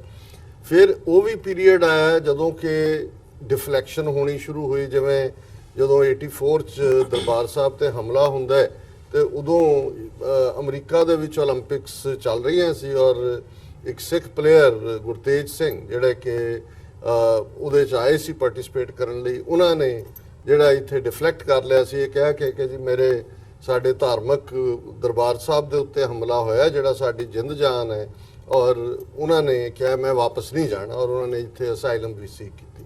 ਸੋ ਇਸ ਕਿਸਮ ਦਾ ਰਿਹਾ। ਲੇਕਿਨ ਅਸੀਂ ਇਹ ਦੇਖਦੇ ਹਾਂ ਕਿ ਭਾਰਤ ਦੇ ਵਿੱਚ ਇਹਦੇ 'ਚ ਕੋਈ ਸ਼ੱਕ ਨਹੀਂ ਹੈ ਕਿ ਭਾਰਤ ਪਾਕਿਸਤਾਨ ਦਾ ਉਹ ਕ੍ਰਿਕਟ ਦਾ ਮੈਚ ਹੋਏ ਜਾਂ ਹਾਕੀ ਦਾ ਮੈਚ ਹੋਏ, ਜਿਹੜੀਆਂ ਕ੍ਰਿਕਟ ਹਾਲਾਂਕਿ ਕੋਈ ਉੱਥੇ ਦੀ ਨੇਟਿਵ ਗੇਮ ਨਹੀਂ ਰਹੀ, ਅੰਗਰੇਜ਼ਾਂ ਨੇ ਇੱਕ ਕਲੋਨੀਅਲ ਉਹਨਾਂ ਦਾ ਜਿਹੜਾ ਬੈਗੇਜ ਹੈ ਉਹ ਇਹਨਾਂ ਦੇਸ਼ਾਂ ਨੂੰ ਮਿਲਿਆ ਹੈ, ਕੋਈ ਇਹਦੇ 'ਚ ਕੋਈ ਇਹਨਾਂ ਦੀ ਖੇਡ ਨਹੀਂ ਹੈ। ਪਰ ਹਾਕੀ ਵੀ, ਜਿਹਦੇ 'ਚ ਕਿ ਈਵਨ ਦੋਨੋਂ ਦੇਸ਼ਾਂ ਦੀਆਂ ਟੀਮਾਂ ਜਦੋਂ ਮੈਦਾਨ 'ਚ ਉਤਰਦੀਆਂ ਸੀ ਤੇ ਉਹ ਜੰਗ ਵਾਲਾ ਮਾਹੌਲ ਬਣ ਜਾਂਦਾ ਸੀ। ਪਰ ਇਹਦੇ ਬਾਵਜੂਦ ਮੈਂ ਸਮਝਦਾ ਹਾਂ ਵੀ ਹਾਕੀ 'ਚ ਜੇ ਸੁਰਜੀਤ ਸਿੰਘ ਇੱਧਰ ਪਪੂਲਰ ਸੀ ਤੇ ਸ਼ਹਿਨਾਜ਼ ਉੱਧਰ ਵੀ ਉਵੇਂ ਹੀ ਮੰਨਿਆ ਜਾਂਦਾ ਸੀ, ਕੱਲੇ ਪਲੇਅਰ ਦਾ। ਔਰ ਮੈਨੂੰ ਯਾਦ ਹੈ ਕਿ ਹਾਕੀ ਦਾ ਪ੍ਰੋਮੀਨੈਂਟ ਪਲੇਅਰ ਸੁਰਜੀਤ ਸਿੰਘ ਜਿਹੜਾ ਕਿ ਇੱਕ ਐਕਸੀਡੈਂਟ 'ਚ ਮਾਰਿਆ ਗਿਆ ਸੀ ਜਲੰਧਰ ਦੇ ਨੇੜੇ, ਔਰ ਉਹਨਾਂ ਦਿਨਾਂ ਦੇ ਵਿੱਚ ਹੀ ਕਿਉਂਕਿ ਉਹ ਥੋੜੇ ਫਾਈਨੈਂਸ਼ੀਅਲ ਕ੍ਰਾਈਸਿਸ 'ਚੋਂ ਵੀ ਸ਼ਾਇਦ ਗੁਜ਼ਰ ਰਹੇ ਸੀ ਤੇ ਪਾਕਿਸਤਾਨ ਦੇ ਸ਼ਹਿਨਾਜ਼ ਹੋਰਾਂ ਨੇ ਇੱਕ ਜਿਹੜਾ ਫੰਡ ਰੇਜ਼ਿੰਗ ਰੱਖਿਆ ਹੋਇਆ ਸੀ ਉਹਨਾਂ ਦੇ ਲਈ ਮਦਦ ਕਰਨ ਦੇ ਲਈ। ਸੋ ਦੋਸਤਾਨਾ ਸਬੰਧ ਵੀ ਆਪਸ 'ਚ ਸਨ। ਹਾਲਾਂ ਗਰਾਊਂਡ ਦੇ ਵਿੱਚ ਜਿਹੜੇ ਨੇ ਦੋਨੋਂ ਪਾਸੇ ਫੁੱਲੀ ਸਪਿਰਿਟਡ ਹੁੰਦਾ ਸੀ, ਲੇਕਿਨ ਦੋਨੋਂ ਪਾਸਿਓਂ ਐਡਮਾਇਰ ਕੀਤਾ ਜਾਂਦਾ ਸੀ ਕਿ ਵੀ ਵਾਹ ਵਾਹ ਕਿਆ ਗੋਲ ਕੀਤਾ, ਕੀ ਹੋਇਆ। ਔਰ ਇਹ ਜਿਉਂ-ਜਿਉਂ ਅਸੀਂ ਦੇਖ ਰਹੇ ਹਾਂ ਕਿ ਇਹਨਾਂ ਦੇ ਹਿੰਦੂਤਵੀਆਂ ਦੇ ਹੱਥ 'ਚ ਜਦੋਂ ਪਾਵਰ ਆਈ, ਔਰ ਇਸੇ ਤਰ੍ਹਾਂ ਹੀ ਜੇ ਮਿਊਜ਼ਿਕ ਦਾ ਸ਼ੋਭਾ ਦੇਖੀਏ, ਇੱਕ ਬੜਾ ਚੰਗਾ ਰੁਝਾਨ ਸ਼ੁਰੂ ਹੋ ਗਿਆ ਸੀ ਕਿ ਬੰਬੇ ਤੋਂ ਜਿਹੜੇ ਕਲਾਕਾਰ ਨੇ ਜਾਂ ਦੂਜੇ ਨੇ ਉਹ ਪਾਕਿਸਤਾਨ ਵਿਜ਼ਿਟ ਕਰਦੇ ਸੀ। ਪਾਕਿਸਤਾਨ ਦੇ ਕਲਾਕਾਰ, ਉਹਨਾਂ ਦੇ ਸਿੰਗਰ, ਔਰ ਜਿਵੇਂ ਜੇ ਅਸੀਂ ਜਿੰਨੇ ਵੀ ਸੂਫੀ ਸਿੰਗਰ ਨੇ ਉਹਨਾਂ ਦਾ ਦੇਖੀਏ ਕਿ ਵੀ ਕਿਵੇਂ ਉਹ ਨੁਸਰਤ ਫਤਿਹ ਅਲੀ ਖਾਨ ਤੋਂ ਲੈ ਕੇ ਅੱਜ ਤੱਕ ਦੇ ਉਹਨਾਂ ਦੀ ਇਕੁਅਲ ਜਿਹੜੀ ਹੈ ਐਡਮਾਇਰਰ ਬਲਾਕ ਭਾਰਤ ਦੇ ਵਿੱਚ ਵੀ ਸੀ। ਔਰ ਇਸੇ ਤਰ੍ਹਾਂ ਭਾਰਤ ਦੇ ਵਿੱਚ ਜਿਹੜੇ ਪ੍ਰੋਮੀਨੈਂਟ ਐਕਟਰ ਨੇ ਉਹਨਾਂ ਦਾ ਬੇਸ ਉਹਨਾਂ ਦੀਆਂ ਫਿਲਮਾਂ ਜਦੋਂ ਲੱਗਦੀਆਂ ਸੀ ਤੇ ਭਾਵੇਂ ਉਹ ਹਨੇਰੇ ਹੋਏ ਸਵੇਰੇ ਹੋਏ ਹਾਊਸਫੁੱਲ ਜਾਂਦੇ ਸੀ। ਜੀ। ਸੋ ਇਹਨੂੰ ਪੀਪਲ ਟੂ ਪੀਪਲ ਕੰਟੈਕਟ ਭਾਵੇਂ ਕਿਹਾ ਜਾਏ, ਪਰ ਮੈਂ ਸਮਝਦਾ ਹਾਂ ਵੀ ਜਦੋਂ ਇਹ ਕਿਹਾ ਜਾਂਦਾ ਹੈ ਕਿ ਆਰਟ ਦੀਆਂ ਜਾਂ ਸਪੋਰਟਸ ਦੀਆਂ ਹੱਦਾਂ ਨਹੀਂ ਹੁੰਦੀਆਂ, ਇਹ ਇੱਕ ਬੜੀ ਟਰੂ ਸਟੇਟਮੈਂਟ ਹੈ। ਪਰ ਅੱਜ ਤਾਕਤ ਉਹਨਾਂ ਦੇ ਹੱਥ 'ਚ ਆਈ ਹੋਈ ਹੈ, ਔਰ ਮੈਂ ਅਕਸਰ ਅਲਾਮਾ ਇਕਬਾਲ ਦੀ ਇਹ ਲਾਈਨ ਜਦੋਂ ਪੜ੍ਹਦਾ ਹਾਂ ਕਿ ਵੀ ਇਹ ਜਦੋਂ ਫਲਕ उनको अता करता है खाजगी जिनको रविश नहीं कि बंदा परवरी क्या है। ਇਹ ਕਿ ਵੀ ਜਿਨ੍ਹਾਂ ਦੇ ਹੱਥ 'ਚ ਐਸਿਆਂ ਦੇ ਹੱਥ 'ਚ ਪਾਵਰ ਆਈ ਹੈ, ਦਿੰਦਾ ਤੇ ਰੱਬ ਹੀ ਹੈ, ਵੀ ਜਿਨ੍ਹਾਂ ਨੂੰ ਪਤਾ ਹੀ ਨਹੀਂ ਹੈ ਕਿ ਵੀ ਇਹ ਬੰਦਾ ਪਰਵਰੀ ਕੀ ਹੁੰਦੀ ਹੈ, ਵਰਤਣਾ ਕਿਹਨੂੰ ਕਹਿੰਦੇ ਨੇ, ਸਪੋਰਟਸ ਔਰ ਦੂਸਰੀਆਂ 'ਚ ਤੇ ਬਾਕੀਆਂ 'ਚ ਕੀ ਫਰਕ ਹੈ। ਸੋ ਮੈਂ ਸਮਝਦਾ ਵੀ ਉਹਨਾਂ ਨੇ, ਅਮਿਤ ਸ਼ਾਹ ਨੇ ਵੀ ਔਰ ਜਿਹੜੇ ਬਾਕੀ ਵੀ ਲੋਕ, ਜੇ ਤੁਸੀਂ ਇਸ ਦੌਰ ਦੇ ਵਿੱਚ ਉਹਨਾਂ ਦੇ ਟਵੀਟ ਦੇਖੋ, ਜਿਹੜੇ ਲੋਕ ਬੈਠੇ ਹੋਏ ਨੇ ਉਹਨਾਂ ਦੇ ਪੇਟ ਦੂਜੇ ਤੀਜੇ ਫੁੱਲ ਆਫ ਹੇਟਡ, ਨਫ਼ਰਤ ਨਾਲ ਭਰੇ ਹੋਏ, ਔਰ ਇਹਦੇ 'ਚ ਕੋਈ ਸ਼ੱਕ ਨਹੀਂ ਹੈ। ਅਸੀਂ ਸਮਝਦੇ ਹਾਂ ਵੀ ਟੀਮ ਬਿਹਤਰ ਟੀਮ ਖੇਡਦੀ ਹੈ, ਜਿੱਤਦੀ ਹੈ। ਭਾਰਤ ਦੀ ਟੀਮ ਬਿਹਤਰ ਹੈ। ਕਿਸੇ ਵੇਲੇ ਪਾਕਿਸਤਾਨ ਨੇ ਇਮਰਾਨ ਖਾਨ ਦੀ ਕੈਪਟਨਸ਼ਿਪ ਦੇ ਵਿੱਚ ਵਰਲਡ ਕੱਪ ਜਿੱਤਿਆ ਸੀ, ਬਿਲਕੁਲ ਇੱਕ ਲੂਜ਼ਰ ਟੀਮ ਨੂੰ ਉਹਨੇ ਵਿਨਰ ਬਣਾਇਆ ਸੀ। ਭਾਰਤ ਅੱਜ ਕੱਲ੍ਹ ਕਿਉਂਕਿ ਇਹਦੇ 'ਚ ਅਗੇਨ ਉਹੀ ਕਮਰਸ਼ੀਅਲ ਲਾਈਨ ਹੈ, ਉਹ ਤਾਕਤਾਂ ਜਿਨ੍ਹਾਂ ਨੇ ਹਾਕੀ ਵਰਗੀ ਖੇਡ, ਸੌਕਰ ਵਰਗੀ ਖੇਡ ਜਿਹਦਾ ਥੱਲਾ ਲਾਇਆ, ਇਹੀ ਅੰਬਾਨੀ, ਅਡਾਨੀ, ਅਡਵਾਨੀ, ਇਹ ਸਾਰੇ ਜਿਨ੍ਹਾਂ ਨੇ ਪੈਸੇ ਲਾਏ ਨੇ, ਉਧਰ ਆਪਣੀਆਂ ਟੀਮਾਂ ਦੂਸਰੀਆਂ ਖੜੀਆਂ ਕੀਤੀਆਂ ਨੇ ਪ੍ਰੀਮੀਅਰ ਲੀਗ ਦੇ ਥੱਲੇ ਦੂਜੇ ਤੀਜੇ, ਉਹਨਾਂ ਨੂੰ ਮੌਕਾ ਵੀ ਮਿਲਦਾ ਹੈ। ਔਰ ਉਹਨਾਂ ਦੇ ਔਰ ਮੁਕਾਬਲਾ ਵੀ ਕੀ ਹੈ, ਜੇ ਤੁਸੀਂ ਆਬਾਦੀ ਵਾਈਜ਼ ਦੇਖੋ 1/5 ਆਬਾਦੀ ਹੈ। ਮੈਂ ਤਾਂ ਸਮਝਦਾ ਹਾਂ ਵੀ ਇਹ ਜਿਹੜੇ ਲੋਕ ਪਾਕਿਸਤਾਨ ਨਾਲ ਮੁਕਾਬਲਾ ਕਰਦੇ ਨੇ, ਈਵਨ ਖੇਡ ਦੇ ਮੈਦਾਨ 'ਚ ਵੀ ਪਾਕਿਸਤਾਨ ਨੇ ਆਪਣੀ ਹਾਰਡਸ਼ਿਪਸ ਦੇ ਬਾਵਜੂਦ, ਇੱਕ ਛੋਟਾ ਮੁਲਕ ਹੋਣ ਦੇ ਬਾਵਜੂਦ, ਉਹ ਇੰਟਰਨੈਸ਼ਨਲ ਲੈਵਲ ਤੇ ਆ ਕੇ ਕੰਪੀਟ ਕਰਦੇ ਨੇ, ਜਿੱਤਦੇ ਵੀ ਨੇ। ਇੰਗਲੈਂਡ ਦੇ ਨਾਲ ਉਹਨਾਂ ਦੀ ਪਰਫਾਰਮੈਂਸ ਕਿਸ ਕਿਸਮ ਦੀ ਰਹੀ। ਸੋ ਕੁੱਲ ਮਿਲਾ ਕੇ ਮੈਂ ਸਮਝਦਾ ਵੀ ਅਮਿਤ ਸ਼ਾਹ ਨੇ ਜਿਸ ਜ਼ਹਿਨੀਅਤ ਦਾ ਪ੍ਰਗਟਾਵਾ ਕੀਤਾ, ਇਹ ਇਸ ਵੇਲੇ ਉੱਥੋਂ ਦੇ ਰੂਲਰਸ ਔਰ ਉਹਨਾਂ ਦੇ ਜਿਹੜੇ ਪਿਛਲੱਗ ਨੇ ਉਹਨਾਂ ਦੀ ਜ਼ਹਿਨੀਅਤ ਹੈ। ਔਰ ਮੈਂ ਸਮਝਦਾ ਵੀ ਆਸਿਫ ਗਫੂਰ ਹੋਰਾਂ ਨੇ ਠੀਕ ਉਸੇ ਹੀ ਸੁਰ 'ਚ ਜਵਾਬ ਦਿੱਤਾ ਜੋ ਕਿ ਉਹ ਡਿਜ਼ਰਵ ਕਰਦੇ ਸੀ, ਕਿ ਠੀਕ ਹੈ, ਇਹਨੂੰ ਖੇਡ ਦੇ ਮੈਦਾਨ ਨੂੰ ਇਹ ਜੰਗ ਦਾ ਮੈਦਾਨ ਨਾ ਬਣਾਓ, ਤੇ ਜੇ ਤੁਸੀਂ ਉਹਨੂੰ ਸਟ੍ਰਾਈਕ ਹੀ ਕਹਿਣਾ ਤੇ ਫਿਰ ਉਹ ਆਪਣੀ 27 ਫਰਵਰੀ ਵੀ ਯਾਦ ਕਰ ਲਓ ਕਿ ਵੀ ਤੁਹਾਡੇ ਨਾਲ ਕੀ ਹੋਇਆ ਸੀ, ਕਿ ਉਹ ਵੇਲਾ ਯਾਦ ਕਰ। ਉਹਨਾਂ ਨੇ ਵੀ ਉਹਨਾਂ ਨੂੰ ਯਾਦ ਕਰਵਾ ਦਿੱਤਾ। ਜੀ ਬਿਲਕੁਲ। ਮਲਿਕ ਸਾਹਿਬ, ਜਿੱਥੇ ਅਸੀਂ ਇਹ ਦੋਵਾਂ ਦੇਸ਼ਾਂ ਦੇ ਆਪਸੀ ਸੰਬੰਧਾਂ ਦੀ ਗੱਲ ਕਰ ਰਹੇ ਹਾਂ, ਅਸੀਂ ਪਹਿਲਾਂ ਦੇਖਿਆ ਕਿ 2 ਵਾਰ ਇਮਰਾਨ ਖਾਨ ਸਾਹਿਬ ਨੇ ਇੱਧਰ ਨਰਿੰਦਰ ਮੋਦੀ ਨੂੰ 2 ਵਾਰ ਚਿੱਠੀ ਲਿਖੀ ਹੈ, ਵਧਾਈ ਦਿੱਤੀ ਹੈ ਨਵੀਂ ਸਰਕਾਰ ਬਣਾਉਣ ਤੇ ਉਸ ਤੋਂ ਬਾਅਦ ਆਪਸੀ ਸੰਬੰਧ ਜਿਹੜੇ ਸੁਧਾਰਨ ਦੀ ਗੱਲ ਹੈ ਉਹ ਕੀਤੀ ਹੈ ਕਿ ਅਸੀਂ ਕਸ਼ਮੀਰ ਸਮੇਤ ਮਸਲਿਆਂ ਦਾ ਹੱਲ ਕਰੀਏ। ਅੱਜ ਹੁਣ ਰੀਸੈਂਟ ਜਿਹੜੀ ਖਬਰ ਹੈ ਉਹਦੇ ਵਿੱਚ ਨਰਿੰਦਰ ਮੋਦੀ ਨੇ ਦੁਬਾਰਾ ਇਮਰਾਨ ਖਾਨ ਨੂੰ ਚਿੱਠੀ ਲਿਖੀ ਹੈ, ਜਿਹਦੇ ਵਿੱਚ ਕਰਤਾਰਪੁਰ ਕੋਰੀਡੋਰ ਦੀ ਛੇਤੀ ਉਹਨੂੰ ਖੋਲ੍ਹਣ ਦੀ ਜਿਹੜੀ ਗੱਲ ਹੈ ਉਹ ਕੀਤੀ ਗਈ ਹੈ, ਟਰਸਟ ਤੇ ਐਮਫਸਾਈਜ਼ ਕੀਤਾ ਗਿਆ। ਜਿਹੜੀ ਇਹ ਚਿੱਠੀ ਲਿਖੀ ਗਈ ਹੈ ਇਮਰਾਨ ਖਾਨ ਨੂੰ, ਇਹਦਾ ਤੁਸੀਂ ਕਿਵੇਂ ਐਨਾਲਾਈਜ਼ ਕਰਦੇ ਹੋ ਜਾਂ ਕਿਵੇਂ ਦੇਖਦੇ ਹੋ ਕਿ ਇਹ ਉਹਨਾਂ ਦਾ ਜੋ ਉਹਨਾਂ ਵੱਲੋਂ ਕੁਐਸਚਨਸ ਰੇਜ਼ ਕੀਤੇ ਗਏ ਸੀ, ਕੰਸਰਨਸ ਰੇਜ਼ ਕੀਤੇ ਗਏ ਸੀ, ਕੀ ਸਹੀ ਤਰਜਮਾਨੀ ਦੇ ਵਿੱਚ ਉਹਦਾ ਜਵਾਬ ਦਿੱਤਾ ਹੈ ਜਾਂ ਨਹੀਂ? ਤੁਹਾਡੇ ਸਵਾਲ ਦਾ ਜਵਾਬ ਦੇਣ ਤੋਂ ਪਹਿਲਾਂ ਮੈਂ ਡਾਕਟਰ ਸਾਹਿਬ ਦੀ ਗੱਲ ਨੂੰ ਮੁਖਤਸਰਨ ਮੈਂ ਦਿੰਦਾ 2009 ਦੇ ਬਾਅਦ ਪਾਕਿਸਤਾਨ ਦੇ ਅੰਦਰ ਲਾਹੌਰ ਦੇ ਅੰਦਰ ਜਦੋਂ ਸ਼੍ਰੀਲੰਕਾ ਦੀ ਟੀਮ ਆਈ ਸੀ ਤੇ ਉੱਥੇ ਜਿਹੜੀ ਦਹਿਸ਼ਤਗਰਦੀ ਹੋਈ, ਉਹਦੇ ਬਾਅਦ ਪਾਕਿਸਤਾਨ ਦੇ ਗਰਾਊਂਡ ਜਿਹੜੇ ਆ ਉਸ ਤੇ ਪਾਕਿਸਤਾਨੀ ਟੀਮ ਨਹੀਂ ਖੇਡਦੀ ਪਈ ਜੀ। ਪਿੱਛੇ ਜ਼ਿੰਬਾਬਵੇ ਆਇਆ ਸੀ, ਉਹ ਇੱਕ ਜ਼ਿੰਬਾਬਵੇ ਦੀ ਟੀਮ, ਉਹਦੇ ਮਤਲਬ ਕਿ ਉਹਦਾ ਕੋਈ ਇੰਨੀ ਅੱਛੀ ਟੀਮ ਨਹੀਂ ਸੀ। ਲੇਕਿਨ ਜਿਹੜੀ ਟੀਮ ਅੱਜ 10 ਸਾਲ ਆਪਣੇ ਮੈਦਾਨਾਂ ਦੇ ਅੰਦਰ ਨਹੀਂ ਖੇਡਦੀ ਔਰ ਆਪਣੇ ਮੈਦਾਨਾਂ ਦੇ ਅੰਦਰ ਖੇਡ ਕੇ ਤੁਸੀਂ ਸ਼ੇਰ ਬਣਦੇ ਹੋ।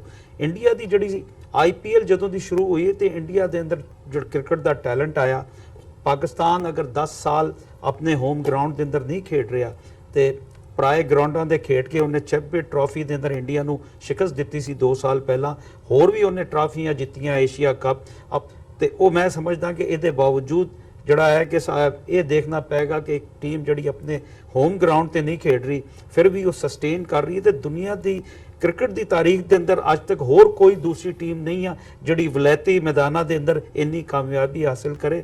ਹੁਣ ਤੁਹਾਡਾ ਜਿਹੜਾ ਸਵਾਲ ਹੈ, ਇਮਰਾਨ ਖਾਨ ਨੇ ਜਦੋਂ ਨਰਿੰਦਰ ਮੋਦੀ ਦੁਬਾਰਾ ਜਿੱਤਿਆ ਤੇ 2 ਵਾਰੀ ਖੱਤ ਲਿਖਿਆ ਤੇ ਦੁਨੀਆ ਦੇ ਅੰਦਰ ਜਿੱਥੇ ਜੰਗਾਂ ਹੁੰਦੀਆਂ, ਅਗਰ ਤੁਸੀਂ ਪਹਿਲੀ ਫਸਟ ਵਰਲਡ ਵਾਰ ਤੇ ਸੈਕੰਡ ਵਰਲਡ ਵਾਰ ਦੇ ਅੰਦਰ ਦੇਖੋ, ਤੇ ਇੱਕ ਪਾਸੇ ਜਿੱਥੇ ਯੂਰਪ ਇੱਕ ਦੂਸਰੇ ਨੂੰ ਤਬਾਹ ਕਰ ਰਿਹਾ ਸੀ, ਉੱਥੇ ਬੈਕਡੋਰ ਡਿਪਲੋਮੈਟਿਕ ਜਿਹੜੇ ਚੈਨਲਸ ਹੁੰਦੇ ਆ ਉਹ ਵੀ ਕੰਮ ਕਰ ਰਹੇ ਹੁੰਦੇ ਆ ਕਿ ਦੁਨੀਆ ਦੀ ਹਰ ਚੀਜ਼ ਟੇਬਲ ਤੇ ਆ ਕੇ ਜਿਹੜੀ ਹੈ ਨਾ ਉਹਦਾ ਸੋਲੂਸ਼ਨ ਨਿਕਲਦਾ ਹੈ। ਜੀ। ਮੋਦੀ ਸਾਹਿਬ ਨੇ ਇਮਰਾਨ ਖਾਨ ਦੇ ਲੈਟਰ ਦਾ ਜਵਾਬ ਗਾਲਬਨ according to the ministry of external affairs of India ਗਾਲਬਨ 12 ਜੂਨ ਨੂੰ ਉਹ ਜਵਾਬ ਦਿੱਤਾ ਸੀ ਇਮਰਾਨ ਖਾਨ ਨੂੰ, ਤੇ ਜਿਹਦੇ ਅੰਦਰ ਕਰਤਾਰਪੁਰ ਕੋਰੀਡੋਰ ਦਾ ਵੀ ਉਹਨਾਂ ਨੇ ਪਹਿਲੀ ਵਾਰੀ ਲੈਟਰ ਦੇ ਅੰਦਰ ਕਿ ਅਸੀਂ ਕਰਾਂਗੇ, ਲੇਕਿਨ ਰਿਐਲਿਟੀ ਦੇ ਅੰਦਰ ਨਜ਼ਰ ਆ ਰਿਹਾ ਹੈ ਕਿ ਉੱਥੇ ਕੰਮ ਤੇ ਉਹਨਾਂ ਨੇ ਕੋਈ ਸ਼ੁਰੂ ਨਹੀਂ ਕੀਤਾ। ਗੁਰਦਾਸਪੁਰ ਦਾ ਜਿਹੜਾ ਬਾਰਡਰ ਹੈ, ਅਗਰ ਇਹ ਵੈਲਕਮ ਵਰਡਸ ਲਿਖਣੇ ਆ ਤੇ ਅਮਲ ਨਹੀਂ ਕਰਨਾ ਤੇ ਫਿਰ ਇਹ ਮੈਂ ਸਮਝਦਾ ਕਿ ਫਿਰ ਉਹ ਲੈਟਰ ਦੀ ਕੋਈ ਅਹਿਮੀਅਤ ਨਹੀਂ ਹੈ। ਲੇਕਿਨ ਚੂੰਕਿ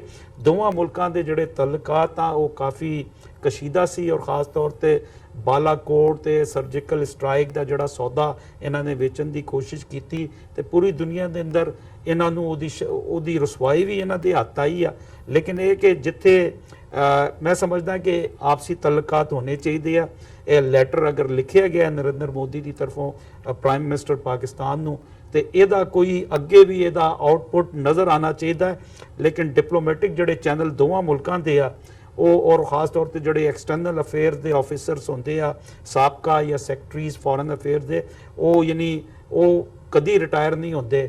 ਜਿਸ ਤਰ੍ਹਾਂ ਡਾਕਟਰ, ਇੰਜੀਨੀਅਰ, ਵਕੀਲ ਤੇ ਪੱਤਰਕਾਰ, ਚਾਹੇ ਤੁਸੀਂ ਕੰਮ ਕਰੋ ਜਾਂ ਨਾ ਕਰੋ, ਇਹ ਜਿਹੜੇ ਚਾਰ ਸ਼ੋਬੇ ਆ ਇਹਦਾ ਬੰਦਾ ਹਮੇਸ਼ਾ ਡਾਕਟਰ ਕਹਿਲਾਉਂਦਾ ਹੈ, ਪੱਤਰਕਾਰ ਕਹਿਲਾਉਂਦਾ ਹੈ, ਵਕੀਲ ਕਹਿਲਾਉਂਦਾ ਹੈ। ਇਸੇ ਤਰ੍ਹਾਂ ਇਹ ਜਿਹੜੇ ਐਕਸਟਰਨਲ ਅਫੇਅਰ ਦੇ ਜਿਹੜੇ ਰਿਟਾਇਰ ਆਫੀਸਰਸ ਹੁੰਦੇ ਆ, ਇਹਨਾਂ ਨੂੰ ਕਿਤੇ ਨਾ ਕਿਤੇ ਗਵਰਨਮੈਂਟ ਜਿਹੜੀ ਆ ਉਹ ਐਡਜਸਟ ਕਰ ਲੈਂਦੀ ਆ, ਥਿੰਕ ਟੈਂਕਸ ਬਣਾ ਕੇ ਜਾਂ ਫੋਰਨ ਕਮੇਟੀਆਂ, ਉਹ ਕੰਮ ਕਰ ਰਹੇ ਹੁੰਦੇ ਇੱਕ ਦੂਸਰਿਆਂ ਦੇ ਨਾਲ, ਕਿਉਂਕਿ ਉਹਨਾਂ ਨੇ ਪੂਰੀ ਦੁਨੀਆ ਦੇ ਅੰਦਰ ਬਾਜ਼ ਵੇਲੇ ਅਮਰੀਕਾ ਦੇ ਅੰਦਰ ਜਿਹੜਾ ਪਾਕਿਸਤਾਨ ਦਾ ਐਂਬੈਸਡਰ ਹੁੰਦਾ ਹੈ ਜਾਂ ਕੌਂਸਲ ਜਨਰਲ ਹੁੰਦਾ ਹੈ, ਇੰਡੀਆ ਦਾ ਜਿਹੜਾ ਐਂਬੈਸਡਰ ਜਾਂ ਕੌਂਸਲ ਜਨਰਲ ਹੁੰਦਾ ਹੈ, ਉਹ ਇੱਕ ਜਗ੍ਹਾ ਜਦੋਂ ਕੰਮ ਕਰਦੇ ਤੇ ਇੱਕ ਦੂਸਰੇ ਨੂੰ ਜਾਣਦੇ ਆ, ਆਪਸੀ ਸ਼ਾਦੀਆਂ ਦੇ ਅੰਦਰ ਬੱਚਿਆਂ ਦੀ ਜਾਣਦੇ, ਹੋਰ ਬਹੁਤ ਸਾਰੇ ਮਾਮਲਾ, ਤੇ ਇਹ ਚੈਨਲ ਚੱਲਣਾ ਚਾਹੀਦਾ ਹੈ। ਲੇਕਿਨ ਇਹਦੇ ਅੰਦਰ ਜਿਹੜੀ ਨੀਅਤ ਹੈ ਉਹਦੇ ਅੰਦਰ ਬਦਨੀਅਤੀ ਨਹੀਂ ਹੋਣੀ ਚਾਹੀਦੀ। ਜੀ ਡਾਕਟਰ ਸਾਹਿਬ, ਤੁਸੀਂ ਕਿਵੇਂ ਦੇਖਦੇ ਹੋ ਇਹ ਜਿਹੜੀ ਚਿੱਠੀ ਲਿਖੀ ਗਈ ਹੈ, ਤੁਹਾਡਾ ਕੀ ਟੇਕ ਹੈ ਇਹਦੇ ਤੇ? ਦੇਖੋ, ਕਈ ਵਾਰ ਜਦੋਂ ਕੋਈ ਟੀਮ ਉਤਰਦੀ ਸੀ ਮੈਦਾਨ ਦੇ ਵਿੱਚ ਤੇ ਪਹਿਲਾਂ ਹੀ ਉਹਦਾ ਜਿਹੜਾ ਪਿੱਚ ਹੈ ਉਹ ਜਿਹੜੀ ਸਭ ਤੋਂ ਸਟਰੋਂਗ ਦੂਜੇ ਪਾਸੇ ਦੀ ਟੀਮ ਹੈ ਉਹਦੇ ਨਾਲ ਪੈ ਜਾਏ ਤੇ ਕਈ ਵਾਰੀ ਫਿਰ ਉਹਨੂੰ ਇਹ ਪਤਾ ਨਹੀਂ ਲੱਗਦਾ ਹੁੰਦਾ ਵੀ ਇਹਨੂੰ ਹੈਂਡਲ ਕਿਵੇਂ ਕਰੀਏ। ਮੋਦੀ ਦੀ ਸੈਕੰਡ ਟਰਮ ਸ਼ੁਰੂ ਹੁੰਦਿਆਂ ਹੀ ਇਹਨਾਂ ਨੇ ਸਭ ਤੋਂ ਪਹਿਲਾਂ ਆਰਐਸਐਸ ਦੀ ਨਾਗਪੁਰ ਬ੍ਰਾਂਚ ਦੀ ਨੀਤੀ ਦੇ ਤਹਿਤ ਜਾਂ ਕਿਸੇ ਓਵਰਜ਼ੈਲਸ ਉਹਨਾਂ ਦੇ ਡਿਸੀਜਨ ਮੇਕਰ ਦੇ ਤਹਿਤ ਸਿੱਖਾਂ ਦੇ ਨਾਲ ਸਿੱਧੀ ਟੱਕਰ ਲੈ ਲਈ। ਪਹਿਲਾਂ ਸ਼ਿਲੌਂਗ ਦੇ ਹਵਾਲੇ ਨਾਲ ਉਹਨਾਂ ਦੇ ਬੋਰਡ ਤੋਂ, ਸਰਕਾਰ ਤੋਂ, ਫਿਰ ਉਹ ਲੋਕਲ ਆਰਗੇਨਾਈਜੇਸ਼ਨ ਤੋਂ ਧਮਕੀ ਕਿ ਜੀ ਖਾਲੀ ਕਰੋ, ਅਸੀਂ ਤਾਂ ਮਾਰ ਦੇਾਂਗੇ, ਬੁਲਟਸ ਵਿਲ ਫਲਾਈ। ਦੂਸਰਾ ਅਸੀਂ ਦੇਖਦੇ ਹਾਂ ਵੀ ਯੂਪੀ ਦੇ ਵਿੱਚ ਵੀ ਔਰ ਦਿੱਲੀ ਵਾਲੀ ਘਟਨਾ ਜਿਹੜੀ ਇਸ ਵੇਲੇ ਦੁਨੀਆ ਭਰ ਦੇ ਵਿੱਚ ਜਿਹਨੇ ਸਿੱਖਾਂ ਨੂੰ ਐਮੋਸ਼ਨਲੀ ਯੂਨਾਈਟ ਕਰ ਦਿੱਤਾ ਹੈ, ਔਰ ਇੰਡੀਅਨ ਏਜੰਸੀਆਂ ਨੂੰ ਵੀ ਵਕਤ ਪੈ ਗਿਆ। ਉਹ ਇਹ ਸਮਝਦੇ ਸੀ ਵੀ ਨਵੰਬਰ 84 ਤੋਂ ਬਾਅਦ ਠੀਕ ਹੈ, ਪੰਜਾਬ ਦੇ ਸਿੱਖਾਂ 'ਚ ਦਮ ਹੈਗਾ, ਉਹ ਖੜਾ ਗੱਲ ਕਰਦੇ ਨੇ ਵੀ ਬਾਕੀ ਅਸੀਂ ਜਿਹੜੀਆਂ ਸਟੇਟਾਂ ਦੇ ਸਿੱਖ ਨੇ ਉਹ ਪ੍ਰਿਜ਼ਨਰ ਆਫ ਵਾਰ ਬਣਾਏ ਹੋਏ ਨੇ, ਉਹ ਇੱਕ ਡਰ ਦੇ ਸਾਏ ਥੱਲੇ ਜੀ ਰਹੇ ਨੇ। ਸੋ ਕੱਲੀ ਗੱਲ ਦਿੱਲੀ ਦੀ ਉਸ ਘਟਨਾ ਦੀ ਨਹੀਂ ਹੈ ਜਿੱਥੇ ਪਿਓ ਪੁੱਤਰ ਨੇ ਕਿਵੇਂ ਪੁਲਿਸ ਨੂੰ ਅੱਗੇ ਲਾਇਆ, ਪਰ ਉਹਦੇ ਨਾਲ ਜਿਹੜਾ ਕਮਿਊਨਿਟੀ ਦਾ ਰਿਸਪੌਂਸ ਸੀ ਕਿ ਬਾਈ ਈਵਨਿੰਗ ਹਜ਼ਾਰਾਂ ਦੀ ਗਿਣਤੀ ਸਿੱਖ ਉੱਥੇ ਪਹੁੰਚ ਗਏ। ਔਰ ਕੱਲ ਕਲਕੱਤੇ ਦੇ ਵਿੱਚ ਹਜ਼ਾਰਾਂ ਸਿੱਖਾਂ ਨੇ ਮਾਰਚ ਕੀਤਾ ਹੈ, ਕਾਨਪੁਰ ਦੇ ਵਿੱਚ, ਭਾਰਤ ਭਰ ਦੇ ਵਿੱਚ, ਸੋਸ਼ਲ ਮੀਡੀਆ ਤੇ, ਔਰ even chief minister Punjab Amarinder ਤੋਂ ਲੈ ਕੇ ਜਿਹੜੇ ਉਹਨਾਂ ਦੇ ਐਕਸਟ੍ਰੀਮ, ਜਿਵੇਂ ਇੱਕੋ ਸਿਰਫਿਰੀ ਜਿਹੀ ਇੰਗਲੈਂਡ ਦੀ ਹਾਰਡੀ ਕੌਰ ਹੈ ਕਿ ਹਾਰਡ ਕੌਰ ਹੈ ਰੈਪਰ, ਉਹਨੇ ਵੀ ਆਰਐਸਐਸ ਔਰ ਦੂਜੇ ਨੂੰ ਦੇ ਖਿਲਾਫ ਸੈਡੀਸ਼ਨ ਦਾ ਕੇਸ ਦਰਜ ਕੀਤਾ। ਸੋ ਮੈਂ ਸਮਝਦਾ ਵੀ ਇਹ ਜਿਹੜਾ ਸਿੱਖਾਂ ਦਾ ਉਭਾਰ ਹੈ ਜਿਹਨੇ, ਔਰ ਮੈਂ ਇਹਨੂੰ ਬਹੁਤ ਪੋਜ਼ਿਟਿਵ ਸਮਝਦਾ ਕਿ ਪਹਿਲੀ ਵਾਰ ਨਵੰਬਰ 84 ਤੋਂ ਬਾਅਦ ਪੰਜਾਬ ਤੋਂ ਬਾਹਰਲੇ ਸੂਬਿਆਂ ਦੇ ਸਿੱਖਾਂ ਨੇ ਇਸ ਤਰ੍ਹਾਂ ਯੂਨੀਫਾਈ ਹੋ ਕੇ ਆਪਣੇ ਕਾਜ਼ ਦੇ ਨਾਲ, ਸਿੱਖੀ ਦੇ ਨਾਲ ਜਿਹੜੀ ਹੈ ਉਹ ਆਪਣੀ ਮੁਹੱਬਤ ਨੂੰ ਦਰਸਾਏ।